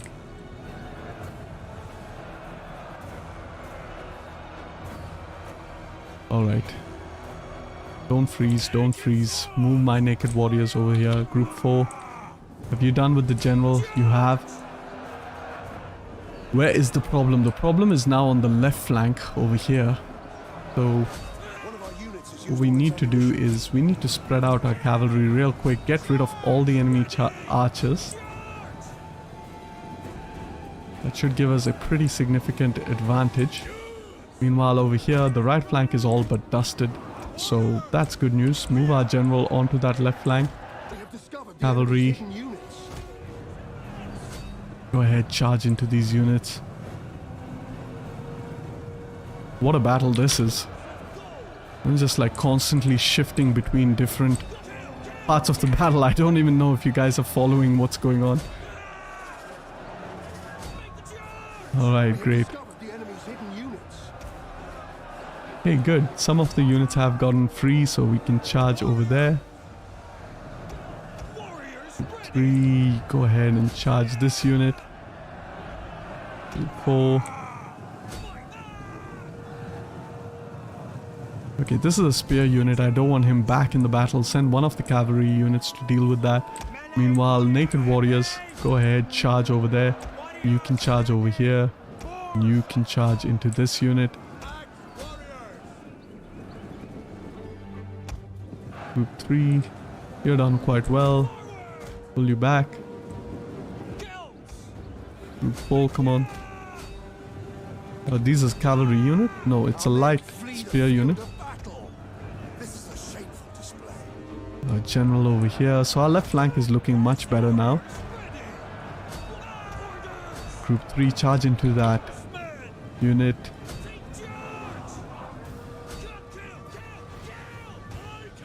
Meanwhile, with Group 4, we want to keep spreading out. Okay, wonderful. Our general is nearby. Go ahead. Discourage this unit. Get it out. Wonderful. And over here, our naked warriors have done quite well. And if we break this unit, then we can pretty much hit that central blob, which is what I'm trying to do. Okay, pull back our cavalry. Get all of our swordsmen, because our left flank is pretty fine for now. Get even these civitas units. All the way over here. Swordsmen can pretty much attack over here. Oh, you're done quite well. We're going to pull you. Come over here. We're just simply giving them orders so that they don't get bogged down by the spear unit. Meanwhile, Group 3, you're done quite well over here. Alright, naked warriors have done a good job over here. Slowly crumbling the British, or the Britons rather. Go ahead and charge into this and break out their entire left flank. We're doing quite well on the left flank. It is the right flank now that is the problem. And this battle just keeps shifting priorities. And what I like about these naked warriors is that they do have that morale debuff, which is so helpful in a situation like this. The battle is turning in our favor. Wonderful. Get our general all the way over here. Start to discourage. Get all of our cavalry to hit that unit. Oh, you're done quite well. You're all the way over there. Some unknown part of the world.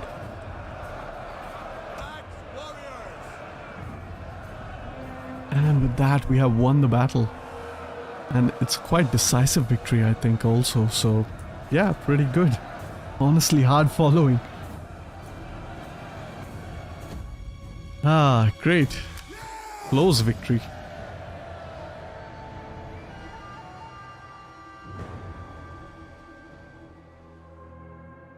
A close victory. That makes no sense whatsoever. We lost 1,500 men, but we killed almost the entire army. So in about like 2 or 3 turns, we pretty much destroyed 2 Caledoni full stacks.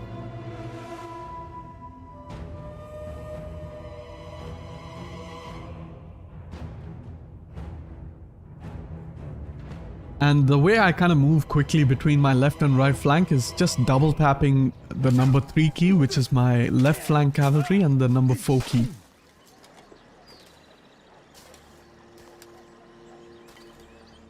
Yeah, dangerous to cross the channel indeed. Lesson hard learned, but what I am going to do is I'm going to enslave these captives for now, and I am not going to cross over there. What I am going to do is play it very defensively. Gotta watch out for the the Iceni now, who are like pretty much fully done. Non-aggression, I am happy with that. Will you give me a military access also, because I really want that military access. And okay. The reason I want the military access is because it kind of exposes the map, and if the map is exposed, then I can probably see and trade with the Romans, which is what I'm trying to do.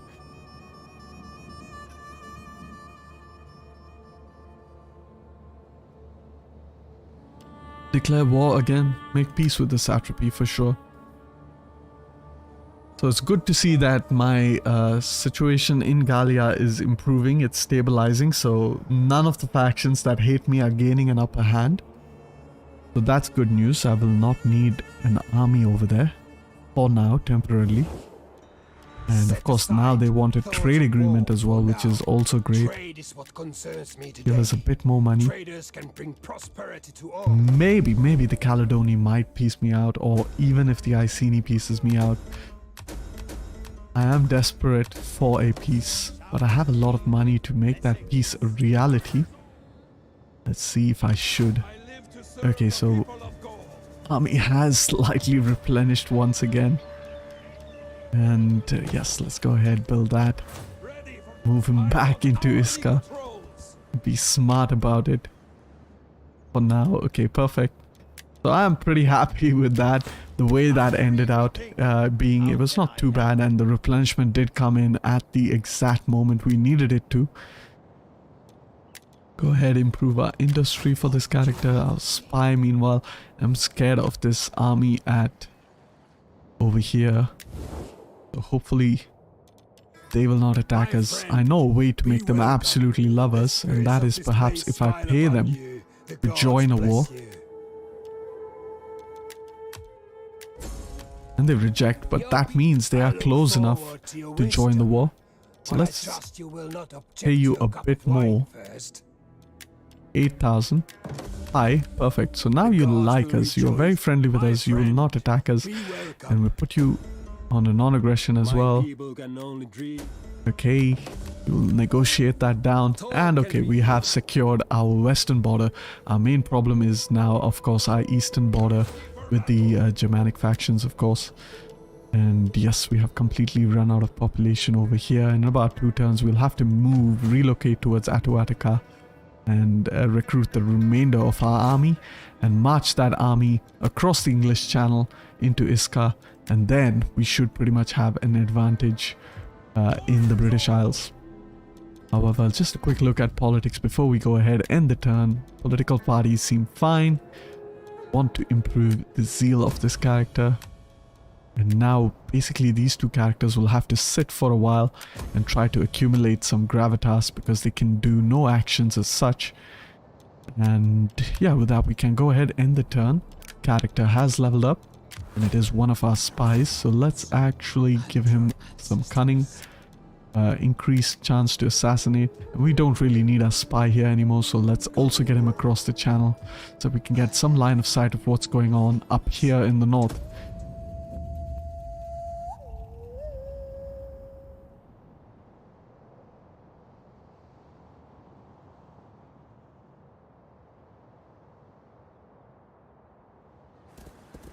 Ooh. Okay, so here is a bit of good news. I wouldn't say it's all good news, but it's a bit of good news. The Iceni are going to attack us in Isca, which means we can push our offensive towards the Iceni lands. I don't want to capture Moridonon over here, as you can see, and I will explain why that is as we go into the next turn. Are there any good 3 to 4 region provinces for army recruiting nearby? Well, the region of Raetia and Noricum is quite good. It's a 4 region province. And did they really let pirates take over their settlement?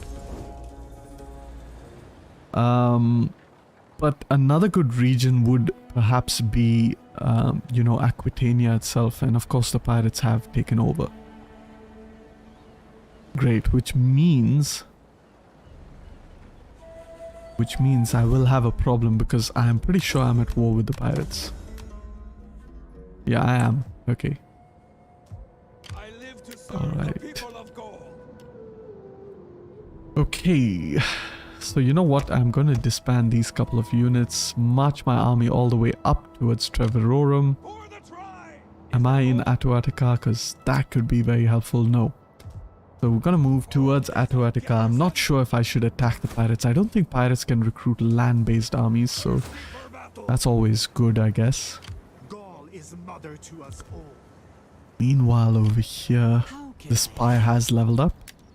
Go ahead, give him some abilities. Get our other spy across the channel. You can go this way. Pretty much get some line of sight over here. Hopefully the Iceni don't have any armies over there.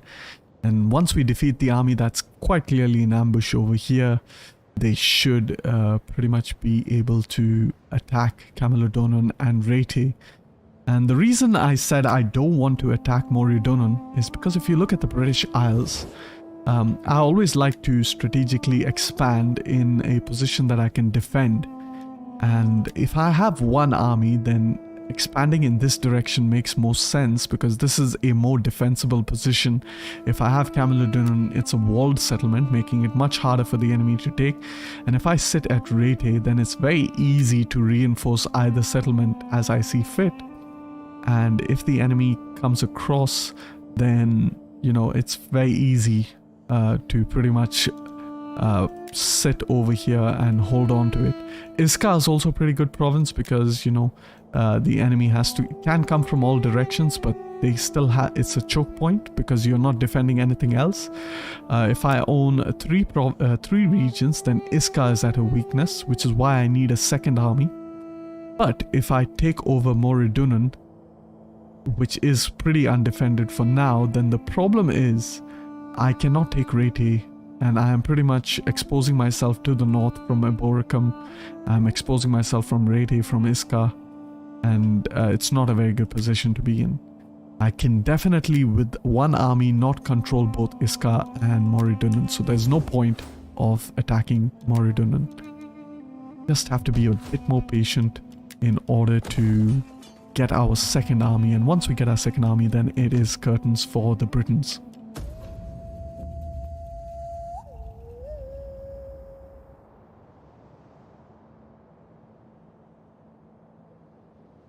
So, of course, I didn't engage in politics in this turn, and that is because, of course, my gravitas is quite low. Peace agreement with the Iceni. It's on moderate. They want just 760.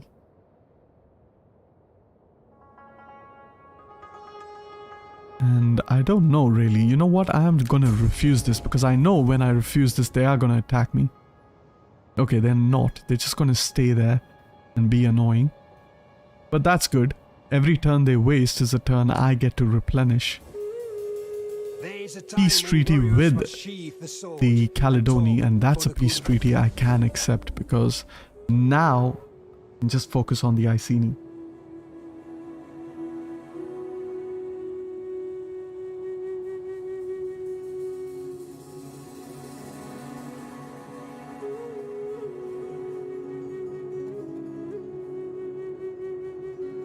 Now focusing on the Iceni will be slightly difficult, of course, because they have two armies over here on a bridge battle, and if we fight that, we will have to go on the offensive on a bridge battle, and I don't really want to do that.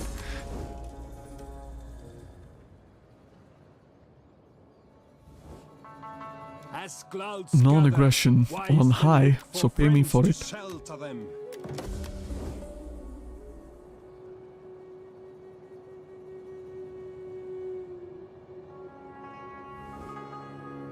A token. Nope, not accepting any other non-aggressions for now. And yeah, pretty much we have to see what we can do about our eastern front. That is really the problem, to be honest.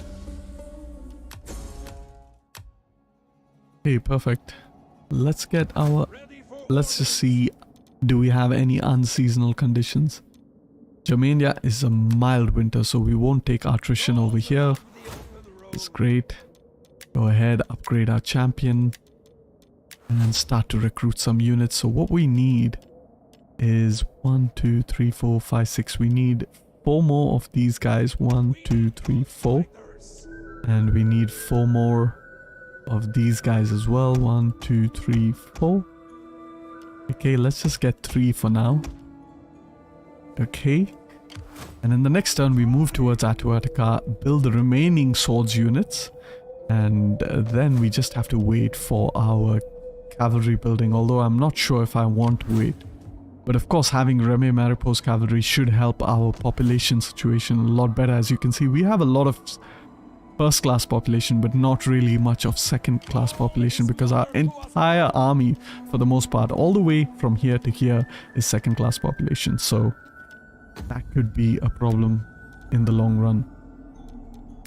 Still suffering in terms of gravitas, but what we can do is we can educate some characters.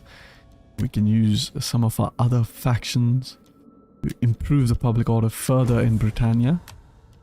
Improving the public order in the Vox Populi submod is very important to culturally converting the province. And as you can see, Gaelic culture is slowly on the rise. We have 15 influence versus the local 18 influence. So if we need to have a majority Celtic culture, we need to overtake that. Quick look over here. Here. Okay, perfect. We can go ahead, end the turn, and just see what happens in the next turn. And the Iceni are taking a bit of casualties from that winter attrition, which is good. I don't mind that. Alright, they're getting a bit closer. And they put an army in ambush stance over there, which is okay, I guess. And that's not really a full stack. And he has been exposed, which is perfect. So I think the play would be, because in the next turn we would have some second class population. So the play would be to go ahead and attack that Iceni army out there.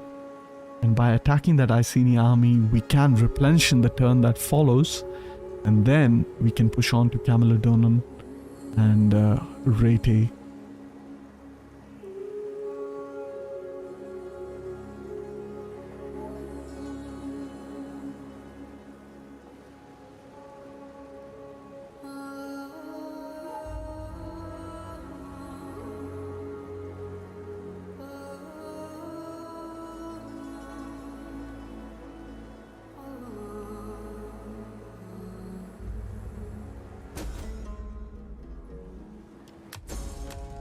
Alright, welcome to the next turn.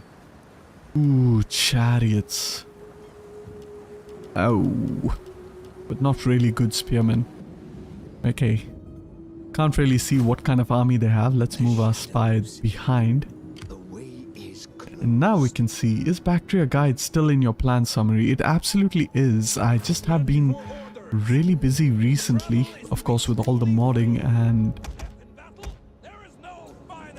I don't know if I should actually get these units. I mean, I might as well get these units, because there's no point waiting another 5 turns to get that horse barracks or whatever it is.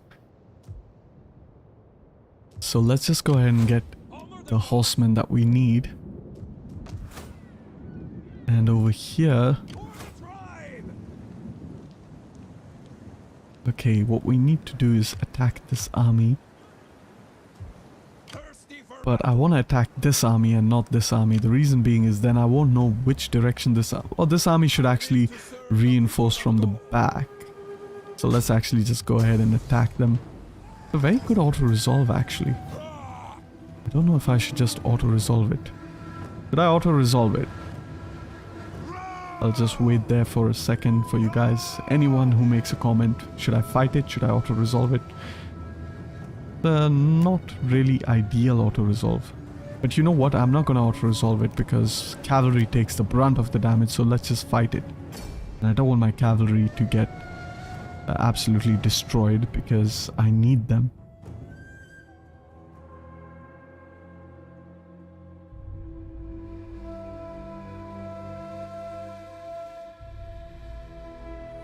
We have a pretty good army for now. I mean, it's almost a full stack. Ajit Singh, fight it. Yes, for sure, man. We'll do it. And this should be a much better battle. Open fields. Superior cavalry, but of course they have chariots which are insanely powerful, so we gotta have to watch out for that. Okay, let's get our cavalry over here. These guys over here. One. Get these guys here. And you... Nah. Okay, so we do this. And this. Now we position you. Yep, perfect. Get group 2 over there. Group 5, you can come here. And the next we get a couple of these guys. I like them on that... I'm gonna put you in group 8. I like you on the right flank. You can be on that left flank. Or actually, you know what? Yeah, you can be on the left flank. The cavalry on either flanks. General behind. And our reserve infantry over here. All right. Let's spread out the formation. Together. And Understood. perfect. Okay, let's go ahead, start the battle. Toggle on the reshade. And let's march up. Enemy reinforcements approaching.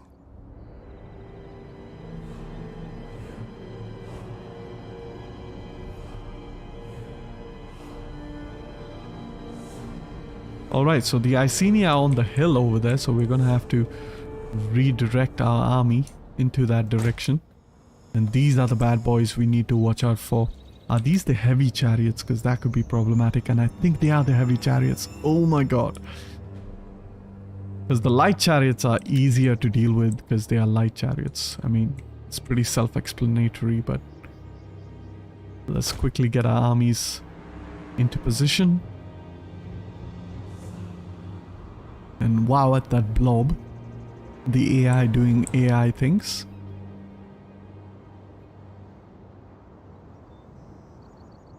Let's just quickly get our army into position. Over... Okay, you know what? I'm gonna attack from the open field because I can't really see what's going on over here. Let's just select you entirely and put you over here, and you can get there quickly as you can. Double time it. I usually don't like to run before the battle because that kind of tires out the troops, and tired troops fight pretty badly in comparison to fresh troops.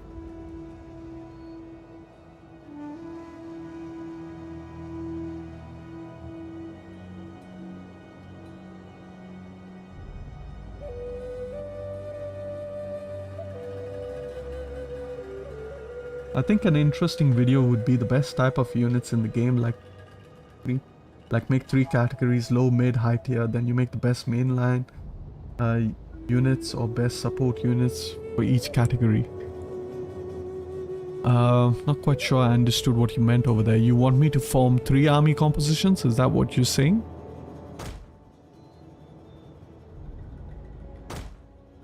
Reform this line over here, because one of the phalanx units was not in proper position.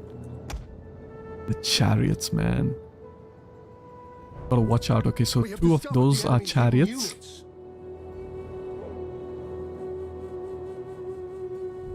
And they are gonna charge. No, no, no, no, no, no, no. Oh my god. We have This is discovered the horrible. enemy's hidden units. Go ahead.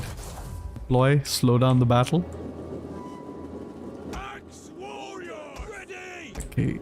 Okay. Let's go ahead. Get our units over here. Chariots, we gotta be very careful about those units. If they do get bogged down, then they will take a lot of casualties. But if they don't, then we take a lot of casualties. So our front line is not in a proper position. So let's just quickly form up our front line. Hurry up. Okay, meanwhile over here on the left flank, because of those chariots, I got completely distracted. And we have eaten a charge from the enemy unit. Dealt with 1 chariot unit. One of our units has used all its ammunition. Okay, let's get a couple of these units back into position.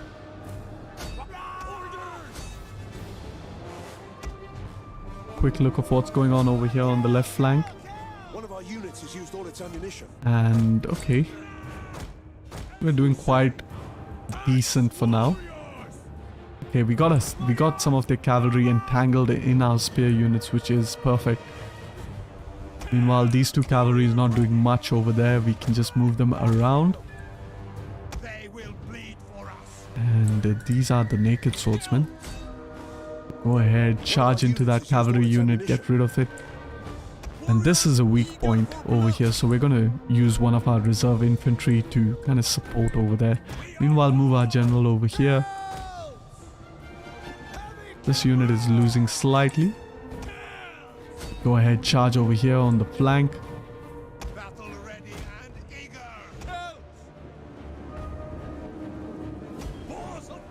And we can use our naked warriors very soon to attack that left flank. Okay, we have dealt with the cavalry on the right flank quite easily. The chariots just waiting for this one unit to get out, and they are out of the battle. Fantastic. Let's just move up. One of our units has used all its ammunition. Alright, perfect. Go ahead, group 3, charge into the unit. General. Want to reposition these guys. Go ahead, charge up our naked swordsmen. 2 of you can just come here, try to encircle the enemy. Meanwhile, group 4, you're doing quite fine. And charge into this unit. It has no place to escape, even though it's a missile cavalry, so it will charge straight into the unit. And this unit is losing decisively, which is why we need our reserve infantry to support it. Go ahead and support it over there. Meanwhile, we've done well over here, so we can go ahead, charge here, get our cavalry to charge those missile units over there. Group 4, you're doing quite well. I'm gonna pull you behind.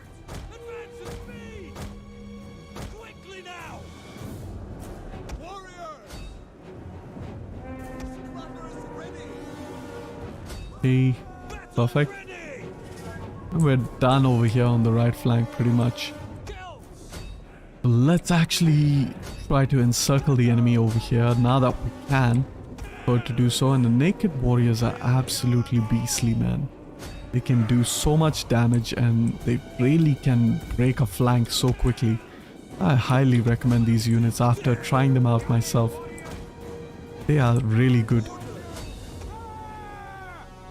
Okay, let's go ahead, get our group 3 over here. Group 4, just form up over here. Ignore all the units that are retreating. The general can charge this unit. The reason being is we can go ahead and charge each and every single unit that's on the front line. And it's already crumbling. Ooh, what a decisive battle this is. Okay, let's pull back our cavalry.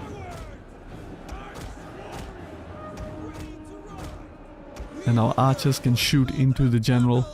And if we're able to kill the general, then the battle is pretty much done. I mean, the battle is pretty much done as is. I mean, you can see majority of the enemy army is retreating, so there's nothing much they can do about it.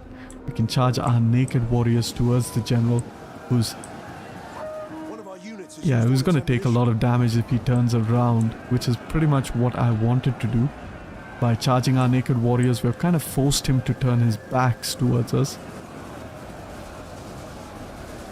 Just a bunch of arrows being hurled at him.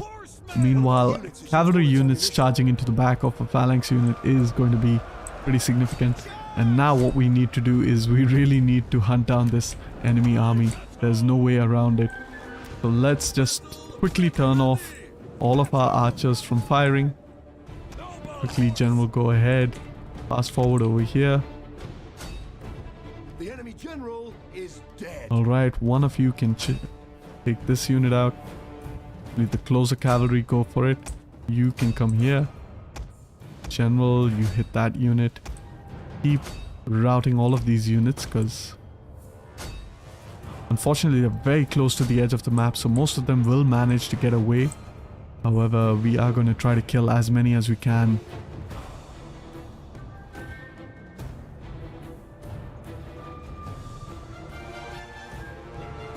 Alright, I think we can end the battle, and it was a pretty good battle, pretty quick battle, decisive victory. Very few losses, 518. We managed to almost wipe out the British army, and they have just about 2,000 men left, which means in the next turn we should have a clear path towards Camalodunum. And yeah, with that pretty much we can get a very strong foothold in Britannia. Sergeant Meme Suraj, welcome to the live stream. Guys, Sergeant Meme Suraj is one of the main modders that helped me mod for the Ab-Urb Kandita submod, and you know, without his help I wouldn't be able to roll it out, and you guys will get a preview of it tomorrow. You have gone ahead. Oh, it is our turn, which is great, and we're still in Isca, which is even better, so let's go ahead, attack this British army over here. Should be a very easy auto-resolve. Go ahead, auto-resolve that one. Still in Isca, can enslave them. And are we in Camalodunum or Isca? We are in Camalodunum, so let's just move. We're in Isca. Okay, we want to be as close to Camalodunum so that we can attack it in the next turn. And what do we want next in terms of abilities? We want our movement speed for sure. As an Iceni, we need to be really quick. As the Nervii, we need to be really quick so that our units can quickly flank enemy units. And I will finally get the other movement speed bonus in the next turns when my army further levels up. However, over here, the garrison is looking fairly good. We can go ahead, end the turn, and then Ab-Urb Kandita. Yeah, it's quite tough, actually. I guess it's an Indian thing, I guess. Because I don't think we have so many consonants back to back. But the more you say it, I guess, the more you get used to it.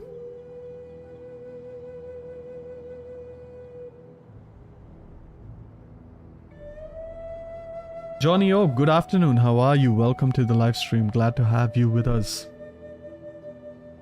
George, see, yeah, you're right. I think my initial thought was what was the best mainline units in DEI. So of course that means Pop 2 or Pop 3 units.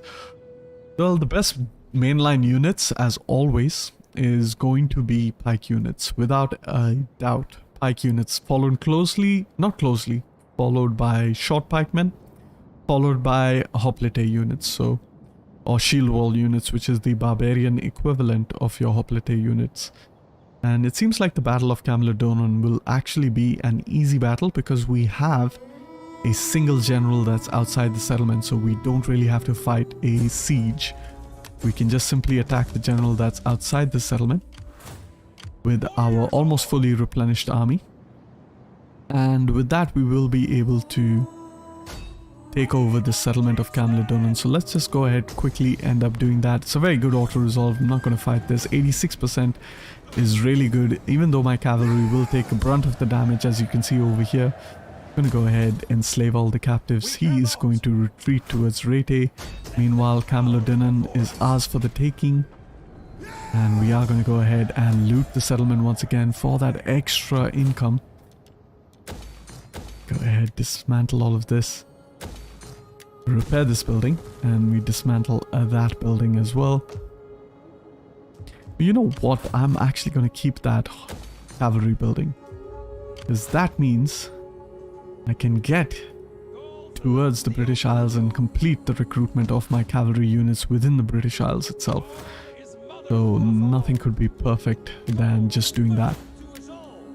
Alright, our character has leveled up. Let's give him some extra abilities. And of course the public order is always helpful. Meanwhile, our dignitary over here has also leveled up, so let's go ahead and give him that. Public order is suffering, but we can use one of our characters to improve the public order. Nope, we can't, but that's fine. We are at 94 public order, so we shouldn't have any rebellion problems. Quick look at our politics before we go ahead once again and end the turn. We are going to have to stay put for a while. What we can do is we can just improve this character while we're at it. Excellent. Food wise, we are at 11, so we can actually send a character to improve the food of a province. And Gallia is the best province to improve the food for, because we have 3 regions, so you always want to pick the province with the maximum regions when you are doing this action.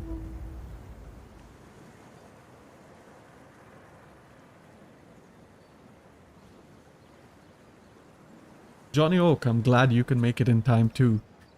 I mean, this auto-resolve is justified. The settlement is ours anyways. The replenishment is not a problem.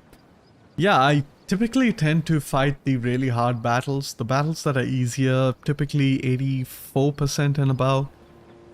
Auto-resolve, I usually take the auto-resolve. The best auto-resolve, however, is anything about 93% in my experience.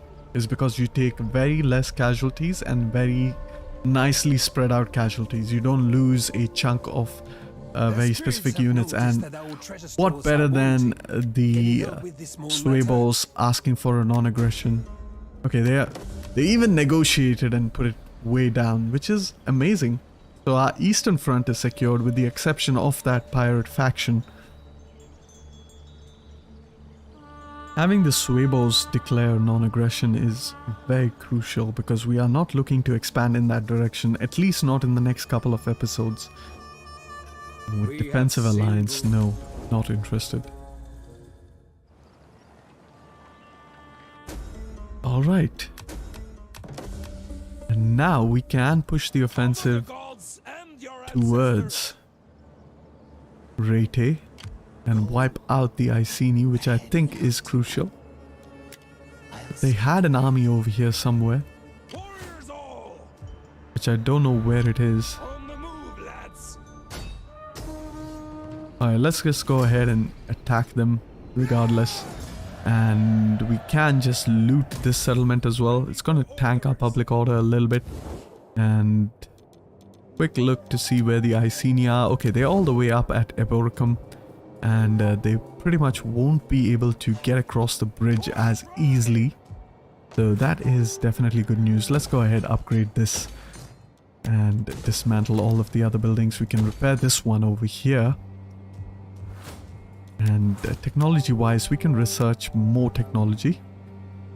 So nothing better than getting some cultural influence, which is what we will need in this province. So let's definitely go ahead and get that. Meanwhile, we can get this army across. We have just 3 turns, but regardless, I am going to get this army across and then move him towards Isca. That's the plan. And then what we are going to do is we're going to start to disband all of our cavalry, because eventually we want to get our elite Reme Maripos. Your UI is very different. I like it very much. So I have gone ahead and reduced the size of my UI because I feel that the base UI, which is at 100% zoom level, actually constricts your view and you can't really see a lot of what's going on. So I prefer to have a much smaller UI.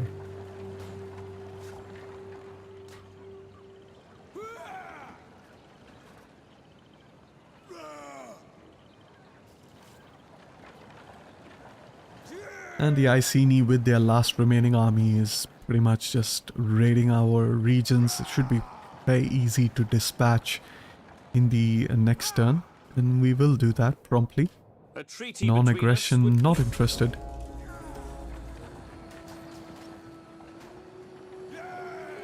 That faction is too far away to matter to us, so there's no point getting a non-aggression, really.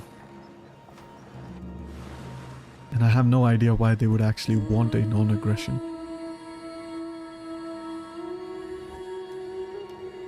Defensive alliance, nope. Alright, it is winter. And our public order is suffering a little bit. Let's build a temple over there. Meanwhile, this army can finally make its way across to Camalodunum. We can deploy him over there, which kind of improves our public order just a little bit. Go ahead, attack this Iceni army, wipe out the faction, 100% auto-resolve, and the Iceni have been dealt with quite effectively. Speaking of the Iceni being dealt with, what we can do is just explore our northern frontier. And of course, even the Caledonians are in a very weak position. And we might not have population over here, but we will have population over here. So let's actually move our army back over here. Meanwhile, you can move out of Camalodunum, make your way towards Isca. You can get in Camalodunum where you can get some extra replenishment. Go ahead, get that extra attack skill, extra weapon damage, that is always welcome. The more melee attack. And just have a look at our units and their stats. It's looking fantastic. Naked warriors and all of these guys at 19 melee attack, which is whopping massive. What would you have of me? and we can level up our spy over here, so let's go ahead and do that. Quick look at our politics. Can we improve the public order in Britannia? We can, so that's great. Meanwhile, we can even improve our food situation, and the best place to do it is of course Britannia also. As far as politics is concerned, we can improve the zeal of this character as well as her authority, and I will improve her authority with my faction leader instead. Go ahead, keep educating all of the children. She is nearly done. She will be done if I get this ability. And now we can send her on a vacation to improve her cunning. And she has quite a lot of gravitas, so she should be easily able to level up this character. Alright, everything seems to be fine. With that, we can go ahead, end the turn, and hopefully in the next couple of turns we will be able to attack and wipe out the Caledones, which is what I want to do before I go ahead and end this episode. Keep chasing down units on the battlefield so you don't have to chase them down like last time. Yeah, sometimes, yes. So the way I see it, right, Hololive, is everything is a time and opportunity cost. So if you chase down units that are retreating and units that are basically inactive during the battle while they are retreating, you actually sacrifice what you could use your units for to turn the tide of the battle. Turn the war against the pirates, yes, no problem. So basically what you want to do is focus your cavalry to help your front line and minimize the casualties of your front line. If you are too busy chasing down enemy units that are retreating, that are no longer a threat to your army, then you kind of waste your cavalry fulfilling a more important role in a more crucial part of the battle.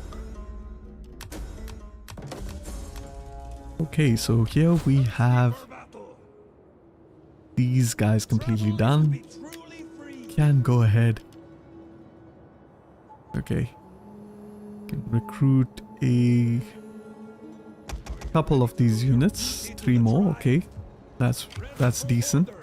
Meanwhile, we can push you up into Rete, and I really like doing this when we have multiple regions. As you can see, the Pagi population class is at 0. However, in Rete, we should have some Pagi, so we can keep replenishing and keep moving back and forth to keep replenishing. Yes, and very soon we are going to go ahead and attack. And they do have one sizable army over here. 22 plus 9, that's 31, plus 13, that's about a 40 stack if you combine all 3 of them. However, it's nothing really too concerning, and if I am able to attack Moridunum as well as Eboricon, then I have pretty much trapped them over here in the pass. So that would kind of be a good thing, I guess. Quick look at our economy. We can level up these buildings over here, so let's go ahead and actually level them up. They do give a lot of better income, and since we can actually even turn off the taxation over here, and we can actually change this edict to get more growth rate. Alright, and to answer your question, Johnny Oak, I am going for an agricultural kind of economy over here in Britannia, and that is because the Stonehenge at level 2 gives plus 20 wealth from agriculture, so it's really good to have an agricultural based province over here. Plus you have 3 port settlements, which means you can get fishing villages.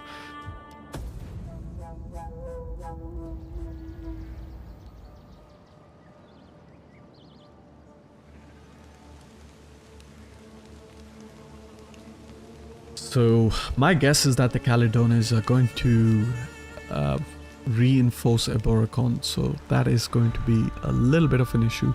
They could reinforce any one of those 2 settlements, and there we go, we have them reinforcing Eboricon, which isn't too bad because, you know, we could pretty much just try to, you know, hold out. Now it's a lot easier to attack Eboricon because we can attack from 2 sides, from Moridunum as well as Raetia. Since we have 2 armies, that is. peace treaty with the pirates. No, I'm not gonna accept the peace treaty because being at war with you is actually making the Germans like us a lot. So we are gonna stay at war with you.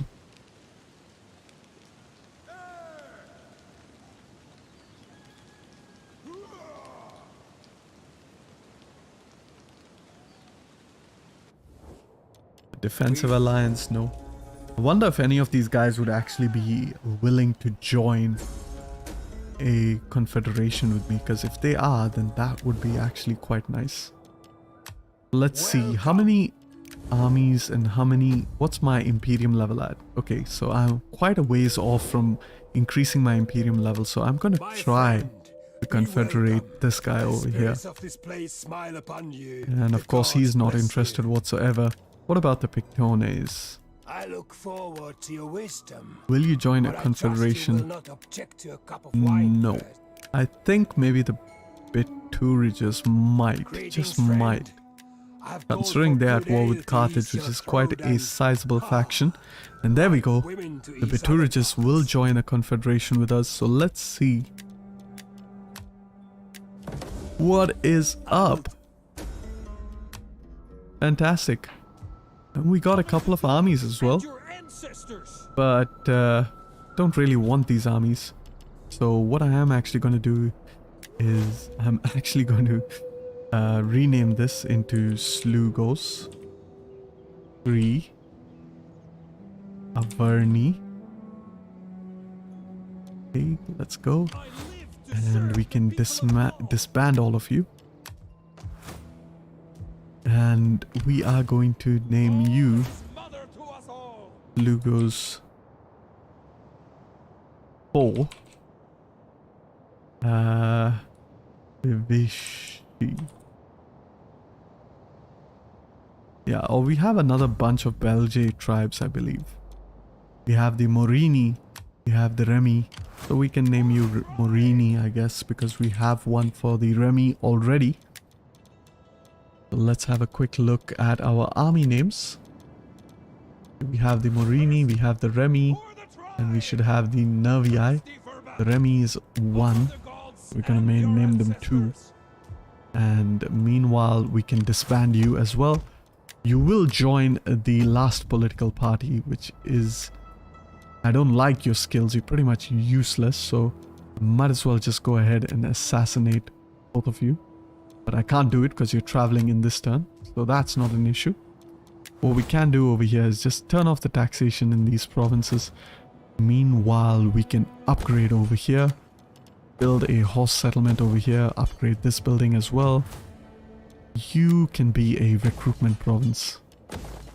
Or actually, you can be a food province, really. So let's just dismantle you. And we are going to try to see if we can Gods of even the afterlife, confederate the spare my Vivishi. arse. Well, why do you trouble my digestion? Fantastic. Wonderful. And we get another couple of armies. And your ancestors. Ponies, okay. Alright, so now this is where things start to get a bit interesting because we have a new frontier with the Lusitani, who are not too unfriendly with us. So let's just go ahead, rename this into Slugos 4 Vivishi. Okay, perfect. Ready for What is... You do have a bunch of army traditions also, so that's a bit annoying. I really like, because of my OCD, to have proper army traditions. Meanwhile, you can be, I don't know, Slugos. I believe 6. Britannia. Yeah. I live to serve the Oh wait, people of Rome. actually I think Britannia is more Celtic. Alright, perfect. Let's go ahead and disband this guy as well. Okay. And we can go ahead, build this building, build this up. Dismantle this building. Fantastic. Nice. So just like that, we have actually doubled our realm massively, and we just have 2 more Gallic provinces to, or regions to take over, and we should be able to do that in the next turn, as well as even attack the Massalia. I do believe the Britannia are also at war with the... And you know what, I'm not going to do that mistake again. So what I am actually going to do is I'm going to raise an army and reinstate the legacy of Marini. And okay, we'll give you this guy over here. Morini is at 4, and I think we want to reinstate another legacy of the Vivici, who is also 4, so we got to rename that to Vivici 7. And I like renaming 4 as 4 ones Johnny Oak, and that's because historically that's what the Romans did. And we are not playing as the Romans, but it also makes the organization a lot easier over here. So if you arrange by name, you see Slugos 1, which is not Slugos, which is Slugos. Yes, Slugos 1. There we go. That's why it is kind of a Slugos 1. There we go. So now if we do arrange them, you'll see it's all in order. So we have... it's because it's an S. For the tribe. Okay, I guess it's OU. Okay, so let's... Slugos. Okay. And I have kind of renamed this wrong. So Slugos. And we'll name this as well Slugos. Okay. And now, if we rearrange it, you'll see it's all what is going on. Okay, Slugos 1, Nervii, Slugos 2, Slugos 3, Slugos 4. Why is Elder coming in between? I don't understand. SLUOGOS. Okay, but I'll figure that out later. But it pretty much arranges them accordingly quite nicely. But I have no idea why Slugos 1 is all the way up top over there. Let's just try renaming it again from scratch. And that is why, because it has a spacebar. There we go. Slugos 1, Nervii. Slugos 2 has the spacebar. Wow, really? Slugos 2, Remy. What is going on? Okay, no idea. Slugos 2, Remy, but I'll figure that out. But it pretty much aligns it quite nicely. However, we have pretty much everything we need, and the main reason I got these 2 armies is so that I can get these guys without getting too many political members. And they are pretty willing to join the Confederation, so, but not for that much. So we have to pay them a bit more. There we go. Nice. Perfect. And now we don't get their armies, which is great. And we want to convert this into a food province, as said. We are going to just dismantle this building. Wonderful. So we have pretty much done a very good thing by conquering Britain, actually. We have fast forwarded a lot into the future by not having to conquer the entirety of Gallia personally.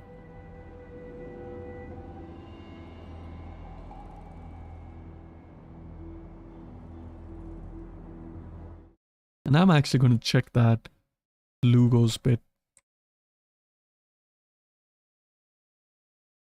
Slugos. Okay, Slugos means army. Right, so the spelling is correct.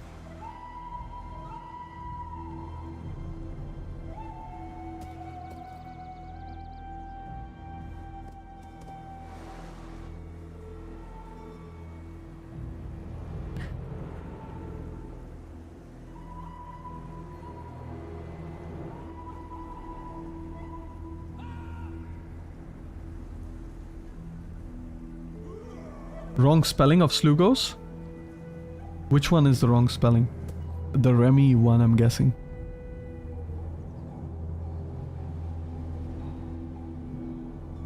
Maybe recruit 1 or 2 light cavalry to chase down routing units. Yeah, I guess that would be a good idea. Cavalry recruitment. Go ahead, move our army closer. This army is fully replenished, which is good. And of course, attacking these guys are going to be a little bit harder because they have actually built up quite a few units. But it shouldn't be too hard. And what we're going to do over here is very quickly disband these units.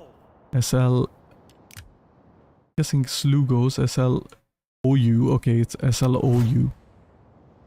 SLOUGOS, Slugos. Okay, so Slugos 4 is done. Let's go ahead and disband that. Meanwhile, we want Slugos 7 as well to be done. OU, go ahead, disband you. No, I renamed you wrong. Okay, that's fine. Reinstate legacy. Slugos will get you back up there. Lugos. Okay. Disband you. And before we do that, we're just going to assassinate all of the extra characters. I don't like you. Get out. And we're going to see if we can assassinate a few more characters. Keep assassinating. And keep assassinating. There we go. Okay. Fantastic. Okay, what do we have here? We have a army. Yes. We have a fleet, really, as well. There's such a horrible traits for fleet, and the AI really needs to learn to do better traits.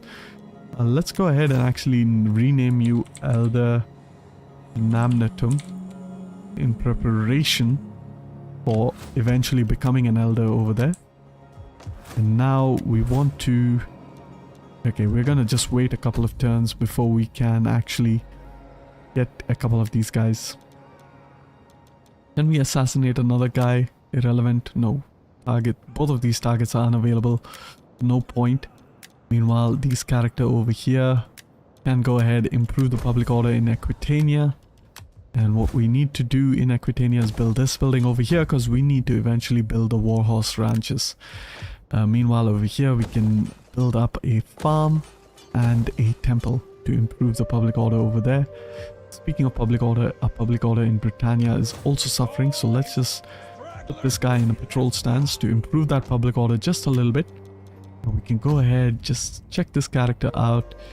She can improve the authority as well as the zeal of this character and improve her own cunning.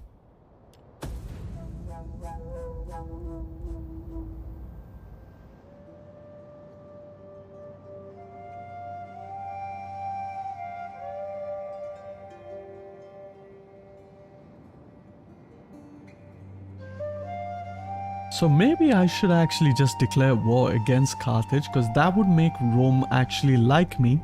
And then I could call in the Pictones as well as the Namnetis, and I could just confederate them if I do it that way. However, we'll have to see how that goes. We will make your home. Oh, come on, Lusitani.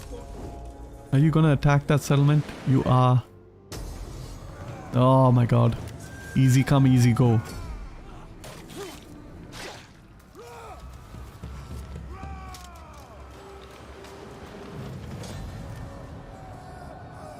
What? Okay, you just sacked it. Okay, that's good. That's still better, because I could piece you out. And it would be time to piece you out and still retain that settlement. And speaking of extra armies, it's time to actually get an extra army over there and try to recruit some troops so that, you know, I don't have an issue in the future. And our southern border is now at a big problem with the Iberian tribes, so we have to be really careful, otherwise we could pretty much just lose everything. They could march all the way up north. We don't have any armies, and what better time to have a chieftain's son come into our clan so that we could get an extra guy, and he will be there in the next turn. However, for now we can get Ande Comis. Let's go ahead, assassinate all these extra characters we don't need so that there is a zero confusion. And now what we need to do is we need to recruit up a guy over here as a Nervii chieftain. We have two Nervii chieftains. Alright, we have two Nervii chieftains, so let's get one Nervii chieftain, reinstate the legacy of Slugos 3, Averni. Put you up in that province. And we'll rename you in the correct SL. Oh my god, what is the spelling again? SLOU, is it? SLOU, okay. Slugos. Slugos 3 Averni. Okay, there we go. And let's just go ahead and rename it for the rest. Slugos 1 Nervii. Okay. SLOU. OU. GOS. Okay, there we go. So now they should be aligned properly. 1, 2, and 3. Okay. And we are going to peace out the Lusitani. I am sure you have many They pleasant don't want to for peace me, with us. Please don't bother. Ooh, Talk of despite meat, not honey. paying them quite a bit. But what I am going to do over here is I am going to actually pay the Pictones Greetings, friend. to join the war against the Lusitonan. And ripe women to eat. Okay, you want more, Put so your people's pride? let's actually Is it pay eaten you by a lot wolves or more. pecked away by carrion birds? Gold? No. Okay, you accept. Yes. And then what we are going to do is... Okay, we're going to keep you here. Hopefully you don't abandon me. And what we need to do over here is recruit up some troops desperately. We don't have any barracks, unfortunately. Okay, we need to repair all of these buildings.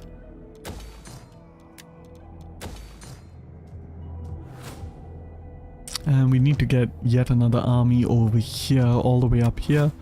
Let's get this, reinstate the legacy of Slugos 4, Morini. And over here what we are going to do is we're going to hire up all of our infantry units. And which was our skirmisher unit? This guy. 4. 1, 2, 3, 4. Actually, you know what? Just let's focus on building one army up proper. 2, 3, 4. 1, 2, 3, 4. 1, 2. 1, 2, 3, 4, 5. 6, 7, 8. Okay. And Rick's 1, 2, 3, 4, 5, 6, 7, 8. And we need one more of these guys. And what are we missing? We are missing one of these skirmishers. We have 4 more units, so we need 2 of those spear units to hold our flanks. There we go. Almost out of Pagii once more. And we have some chariots as well. We can get a single chariot actually, now that I think about it. Meanwhile, Elder has leveled up over here. Let's go ahead, give him some skills. A quick look of everything over here. Want to move our army into the settlement and very quickly engage in some politics. Everyone hates us because we have been busy assassinating everyone, but that is something that we can't really avoid. Go ahead. All right. And okay, with that I am ready to go ahead and end the turn, and hopefully the Lusitani, wow, they are pretty stacked up.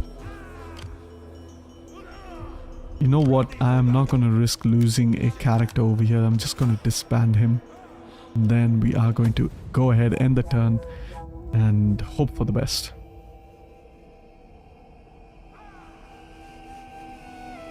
The stream lasted for about 3 hours almost now. It's been 3 hours, so I will go ahead and end the stream quite soon.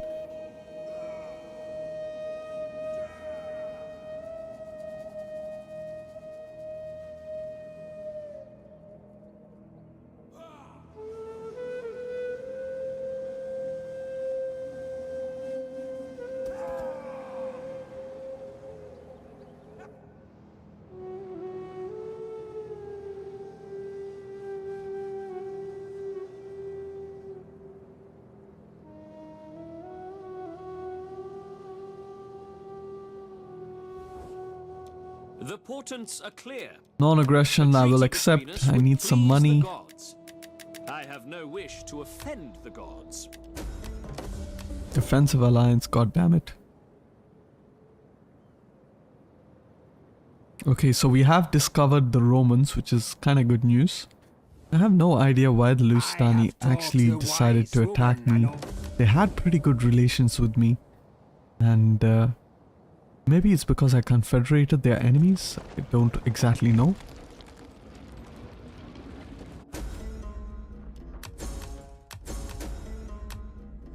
Okay, we have an important character over here. And we can reinstate the legacy of the Averni. Put him up over there. And he has leveled up a bit, so that's great. As always. Give him some abilities. And cavalry. Cavalry. Let's actually get some cavalry now. Unfortunately, we can only recruit this many units per turn. And there's a real problem over here because of that. Thankfully, I think it is time to actually pull out of Britannia. Perhaps. And see how that goes. Alright, meanwhile up here in the north. Okay, this guy is already recruiting cavalry, so there's no point to this guy over here. We can just keep him here, hopefully. And that shouldn't be a problem. Okay. So let's just go ahead and end the turn. Meanwhile, we can change this into a building that will give us more cultural conversion, because we do want to culturally convert this into Celtic culture. And let's go ahead, end the turn, just see what the Lusitani do, and then we will go ahead and end the stream.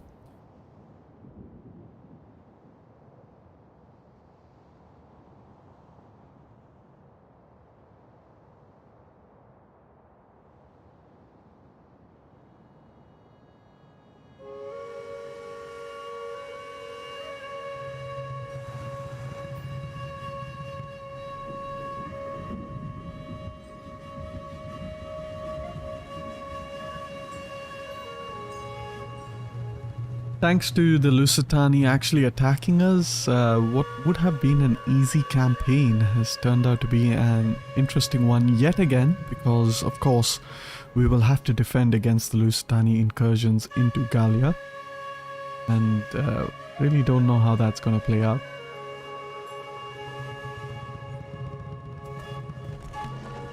And what could be even more troubling is if the Sassanidani decide to attack us, so we'll have to see how that goes.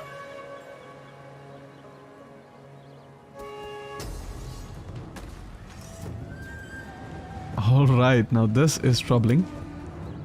These guys have gone ahead and attacked this thing, so we're gonna have to sally out and fight this. And then, hopefully, it's not gonna be an easy battle, definitely.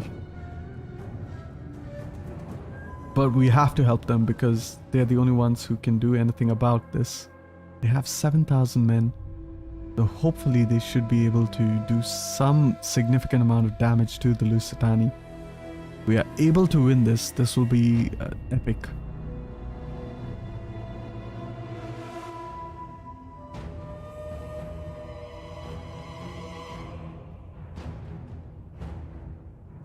We need to at least weaken the Lusitani as much as we can over here. And definitely go ahead, start the battle real quick. We're gonna just fast forward it over here. Get our general up. Get our 3 units over here.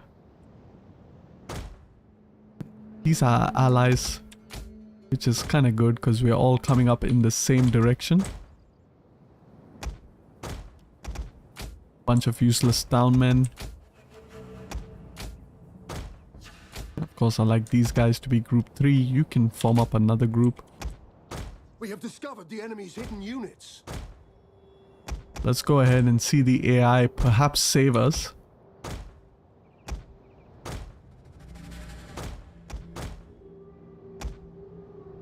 We have discovered the enemy's hidden units. These guys over here are gonna get absolutely destroyed if they're not careful. And they just like decide to The ignore enemy is each other. attacking our ally. And of course, they're just gonna charge the cavalry right into the center over there. Into the middle of spearmen.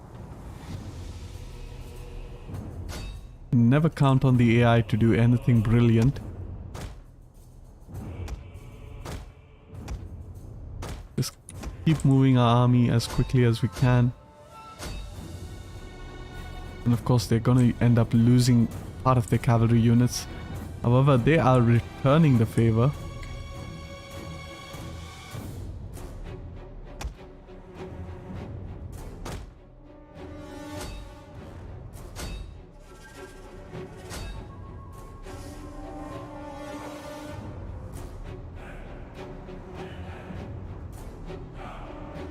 Alright. Pretty much an AI versus AI battle. Pretty much an AI versus AI battle, nothing much to do over here. I don't know. If we can just get our units a little bit closer, we can start to use our minimal units in locations that are pretty much going to be very crucial towards winning the battle.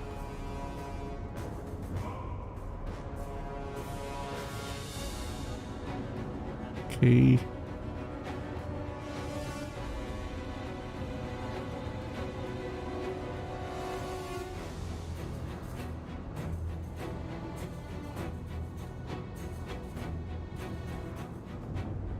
Oh no. Alright, no idea what that is all about.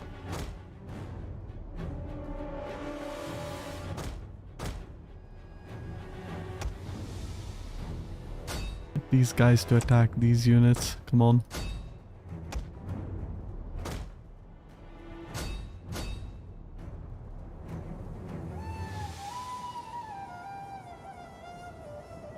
Such a massive battle that doesn't even concern us.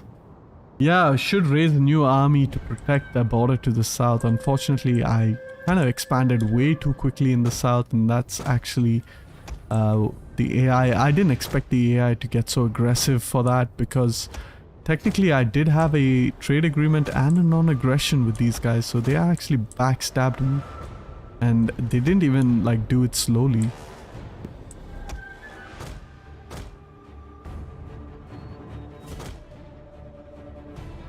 Go ahead, charge our cavalry into the backs of these units.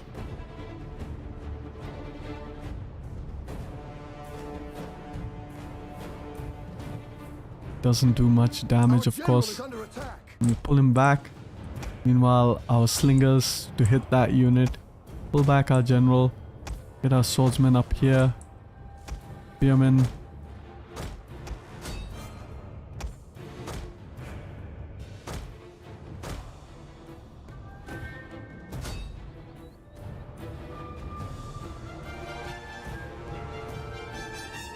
The general's done a little bit better.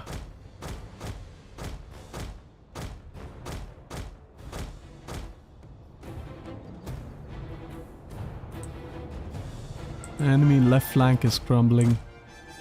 Actually, our AI left flank, sorry. Our allies.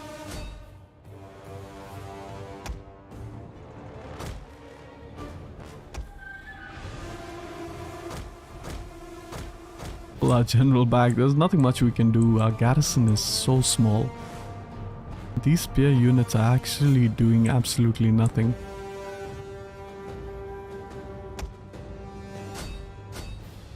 It's a really a battle, a rubbish battle that I don't want to fight, but I have pretty much no choice. Come on, get my army across.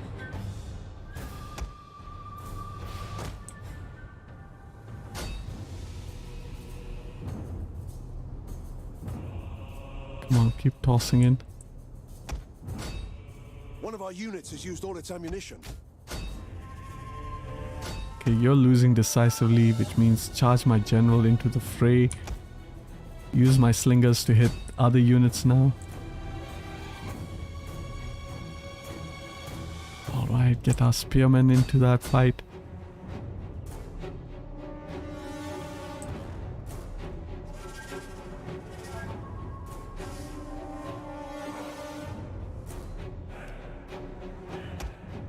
Okay, we managed to rout one unit, which is good. Okay, get out. Spearmen.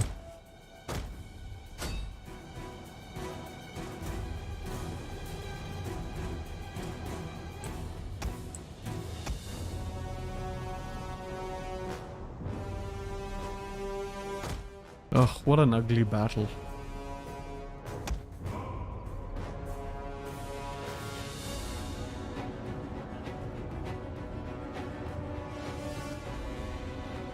Okay, this is an opportunity. Come on. Come here. Charge. Yes, nice. Let's get their general out. We're gonna put all of our slingers onto their general as well.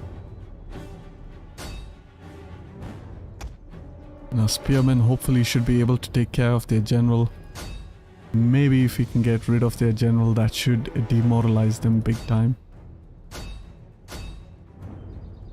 This general is not even losing a single unit. Pull our own general behind. Spearmen, come on, keep hitting their general. There we go, losing decisively, perfect. So he will try to disengage, which means we will have the opportunity to charge at him and keep giving chase. Except of course there's another bunch of cavalry units that are coming up here. And of course we are busy routing out the enemy general. He's gonna turn around, try to face us. Now this is not good news. We need our spearmen to get in there real quick. Go ahead, come on. Pull our own general out. Spearmen, come on, keep hitting that general.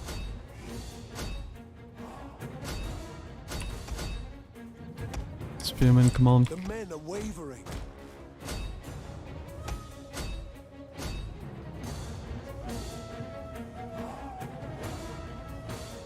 Oh no, no, no. We have another cavalry unit over here that's attacking us. And this is not good news. And our general just stops dead in his tracks for some reason.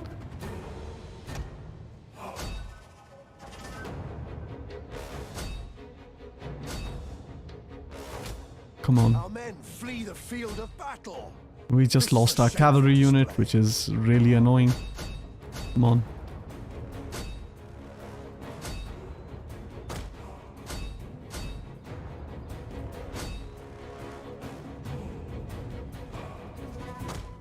Spear units, keep running. Keep hitting that general. Come on, spear units.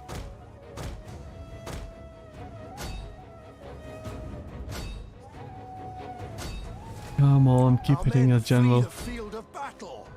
This is a shameful display. Ooh, meanwhile, the whole of the enemy of our AI troops are actually kind of losing.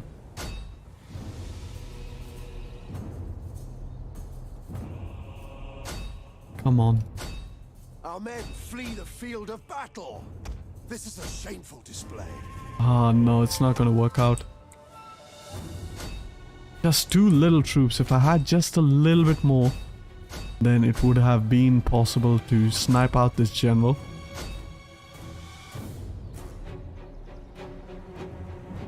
They do, but they are engaged in melee, so they are not really throwing them, which is a little bit annoying.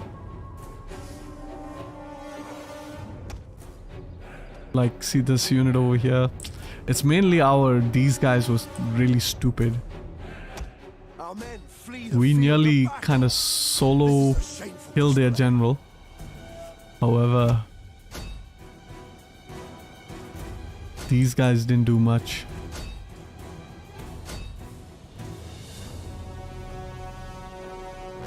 Our men flee the Like, field they of battle. absolutely crumbled over This here, is a which makes shameful no display. sense whatsoever. But they did have superior troops, to be fair, so... Ah, this is unfortunate. I don't think we are gonna win this one. I wonder if I could just concede defeat. Decisive defeat. Absolutely rubbish.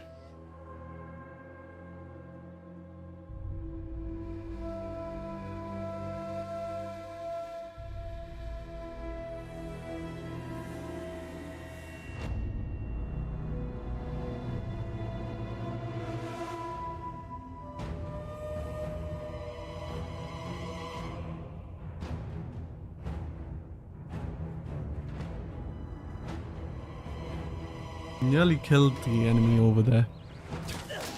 And of course he's just like completely wiped out. Attack of the Pictones.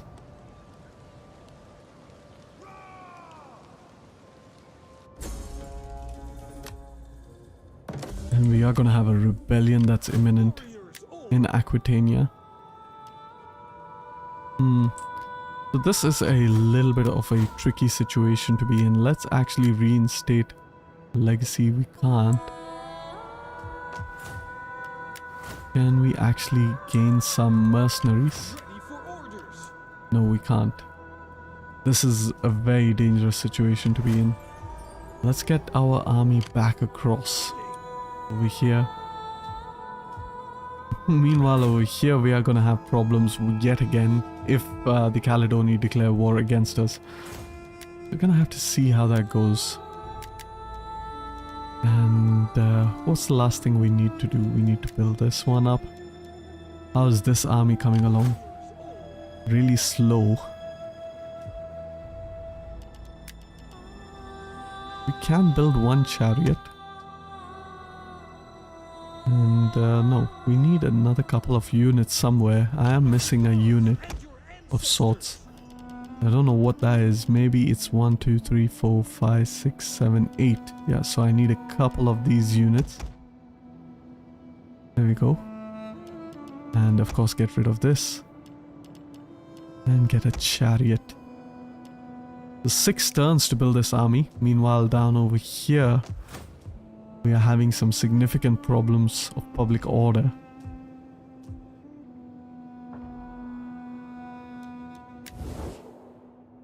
Let's see, the Pictones join confederation. There is food enough for 2 armies awaiting us when we have talked. You will join the confederation, but I don't really want to because you do have another army that could sort of kind of slow things down over here. Meanwhile, what I can do is I can try to attempt just once again for a peace agreement with these guys. Well, speak. I will listen. And they will not accept. And pretty much with that, we are going to go ahead and end the episode because, of course, we have run out of time and I have to go back and do some real life stuff. However,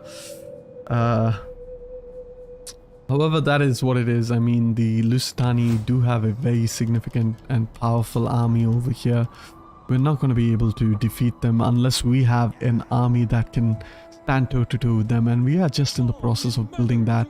Meanwhile, over here we are in the process of getting yet another army across down to the south, and it should take about 3-4 turns to get towards Nemesis, so we have to be really careful about what we do over there.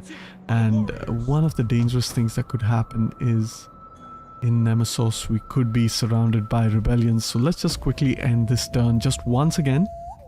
The Lusitani will take Burdigala by the most likely, and we will have to see where the rebellion spawns, and it spawns in Burdigala, so I guess that's a bit of some luck.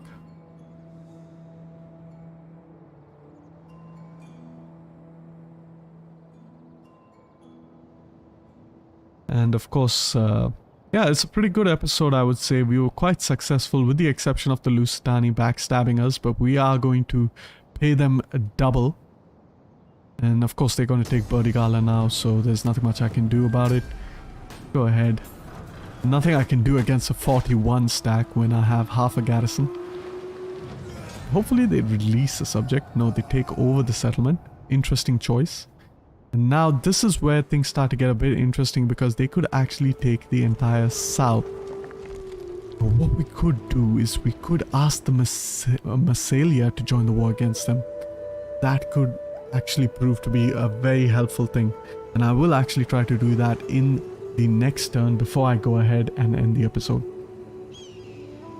And if I could get Massalia to join the war against them, which I don't think they're having too much success in the war of their own.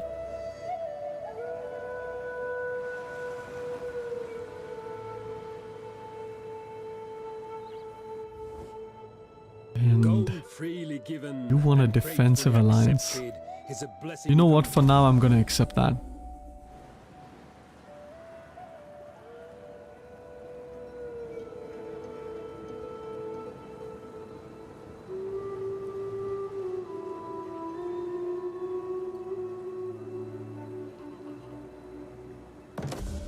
Okay, so our king has leveled up. Gallia, there has been a rebellion, which is kind of good because we are getting the public order for the rebellion that's happening somewhere over there. And the problem is these guys, the Lusitani, can keep now attacking all of our other settlements. Tolosa as well as Narbo is going to go quite easily as we acquired it, unfortunately. They could maybe even come up north towards Nemesis. And you know what? That's actually what I want them to do. I'm going to want them to come up north towards Nemesis. So what I'm going to do is I'm actually going to put my army out here. Try to entice them to attack Nemesis. Attack this army over here, which will retreat back towards Nemesis. And then I can disband that army in the next turn. However, that will have to wait until the next episode. If I can get these guys to attack me over here, pull back towards Nemesis, then I've got them deep into my territory and closer to my own armies or my closer response. Meanwhile, even saving Tolosa and Narbo. However, let's quickly just move our army back onto land over here. Okay, fantastic. And we do have a population surplus in Gallia. And we're going to wait for the 5th level so that we can build up the slave trader, which will skyrocket our income. And we will need a lot of income if we have to have at least another couple of armies. And once we deal with the Lusitani, the objective is we are going to focus on our Iceni conquests up in the north. And what we are going to do is we are going to conquer the entirety of at least the Britannia Magna, or the bigger British Isles, and ignore Ireland for now. And then we are going to retake some of the provinces down south over here. And maybe in hindsight I should have kept those armies, those full stacks that I had, but I had no idea or no way of knowing that the Lusitani would have attacked me. So we are going to have a response against the Lusitani. We are going to push into the Lusitanian lands, and in order to focus on our conquests in the north, we are going to have to release an ally over here in the south, and that ally will be quite crucial because we can trade with him. He will give us access to marble, which is what we need to upgrade this settlement once again. And once we can upgrade the Veterans Hall, then we can get access to the Belgian Veteran Champions. However, all of that will have to wait until the next episode. So anyways, for now, I thank you all for watching. I hope you all enjoyed, and if you liked the episode, then like the video and don't forget to subscribe if you are interested for more. Peace and love.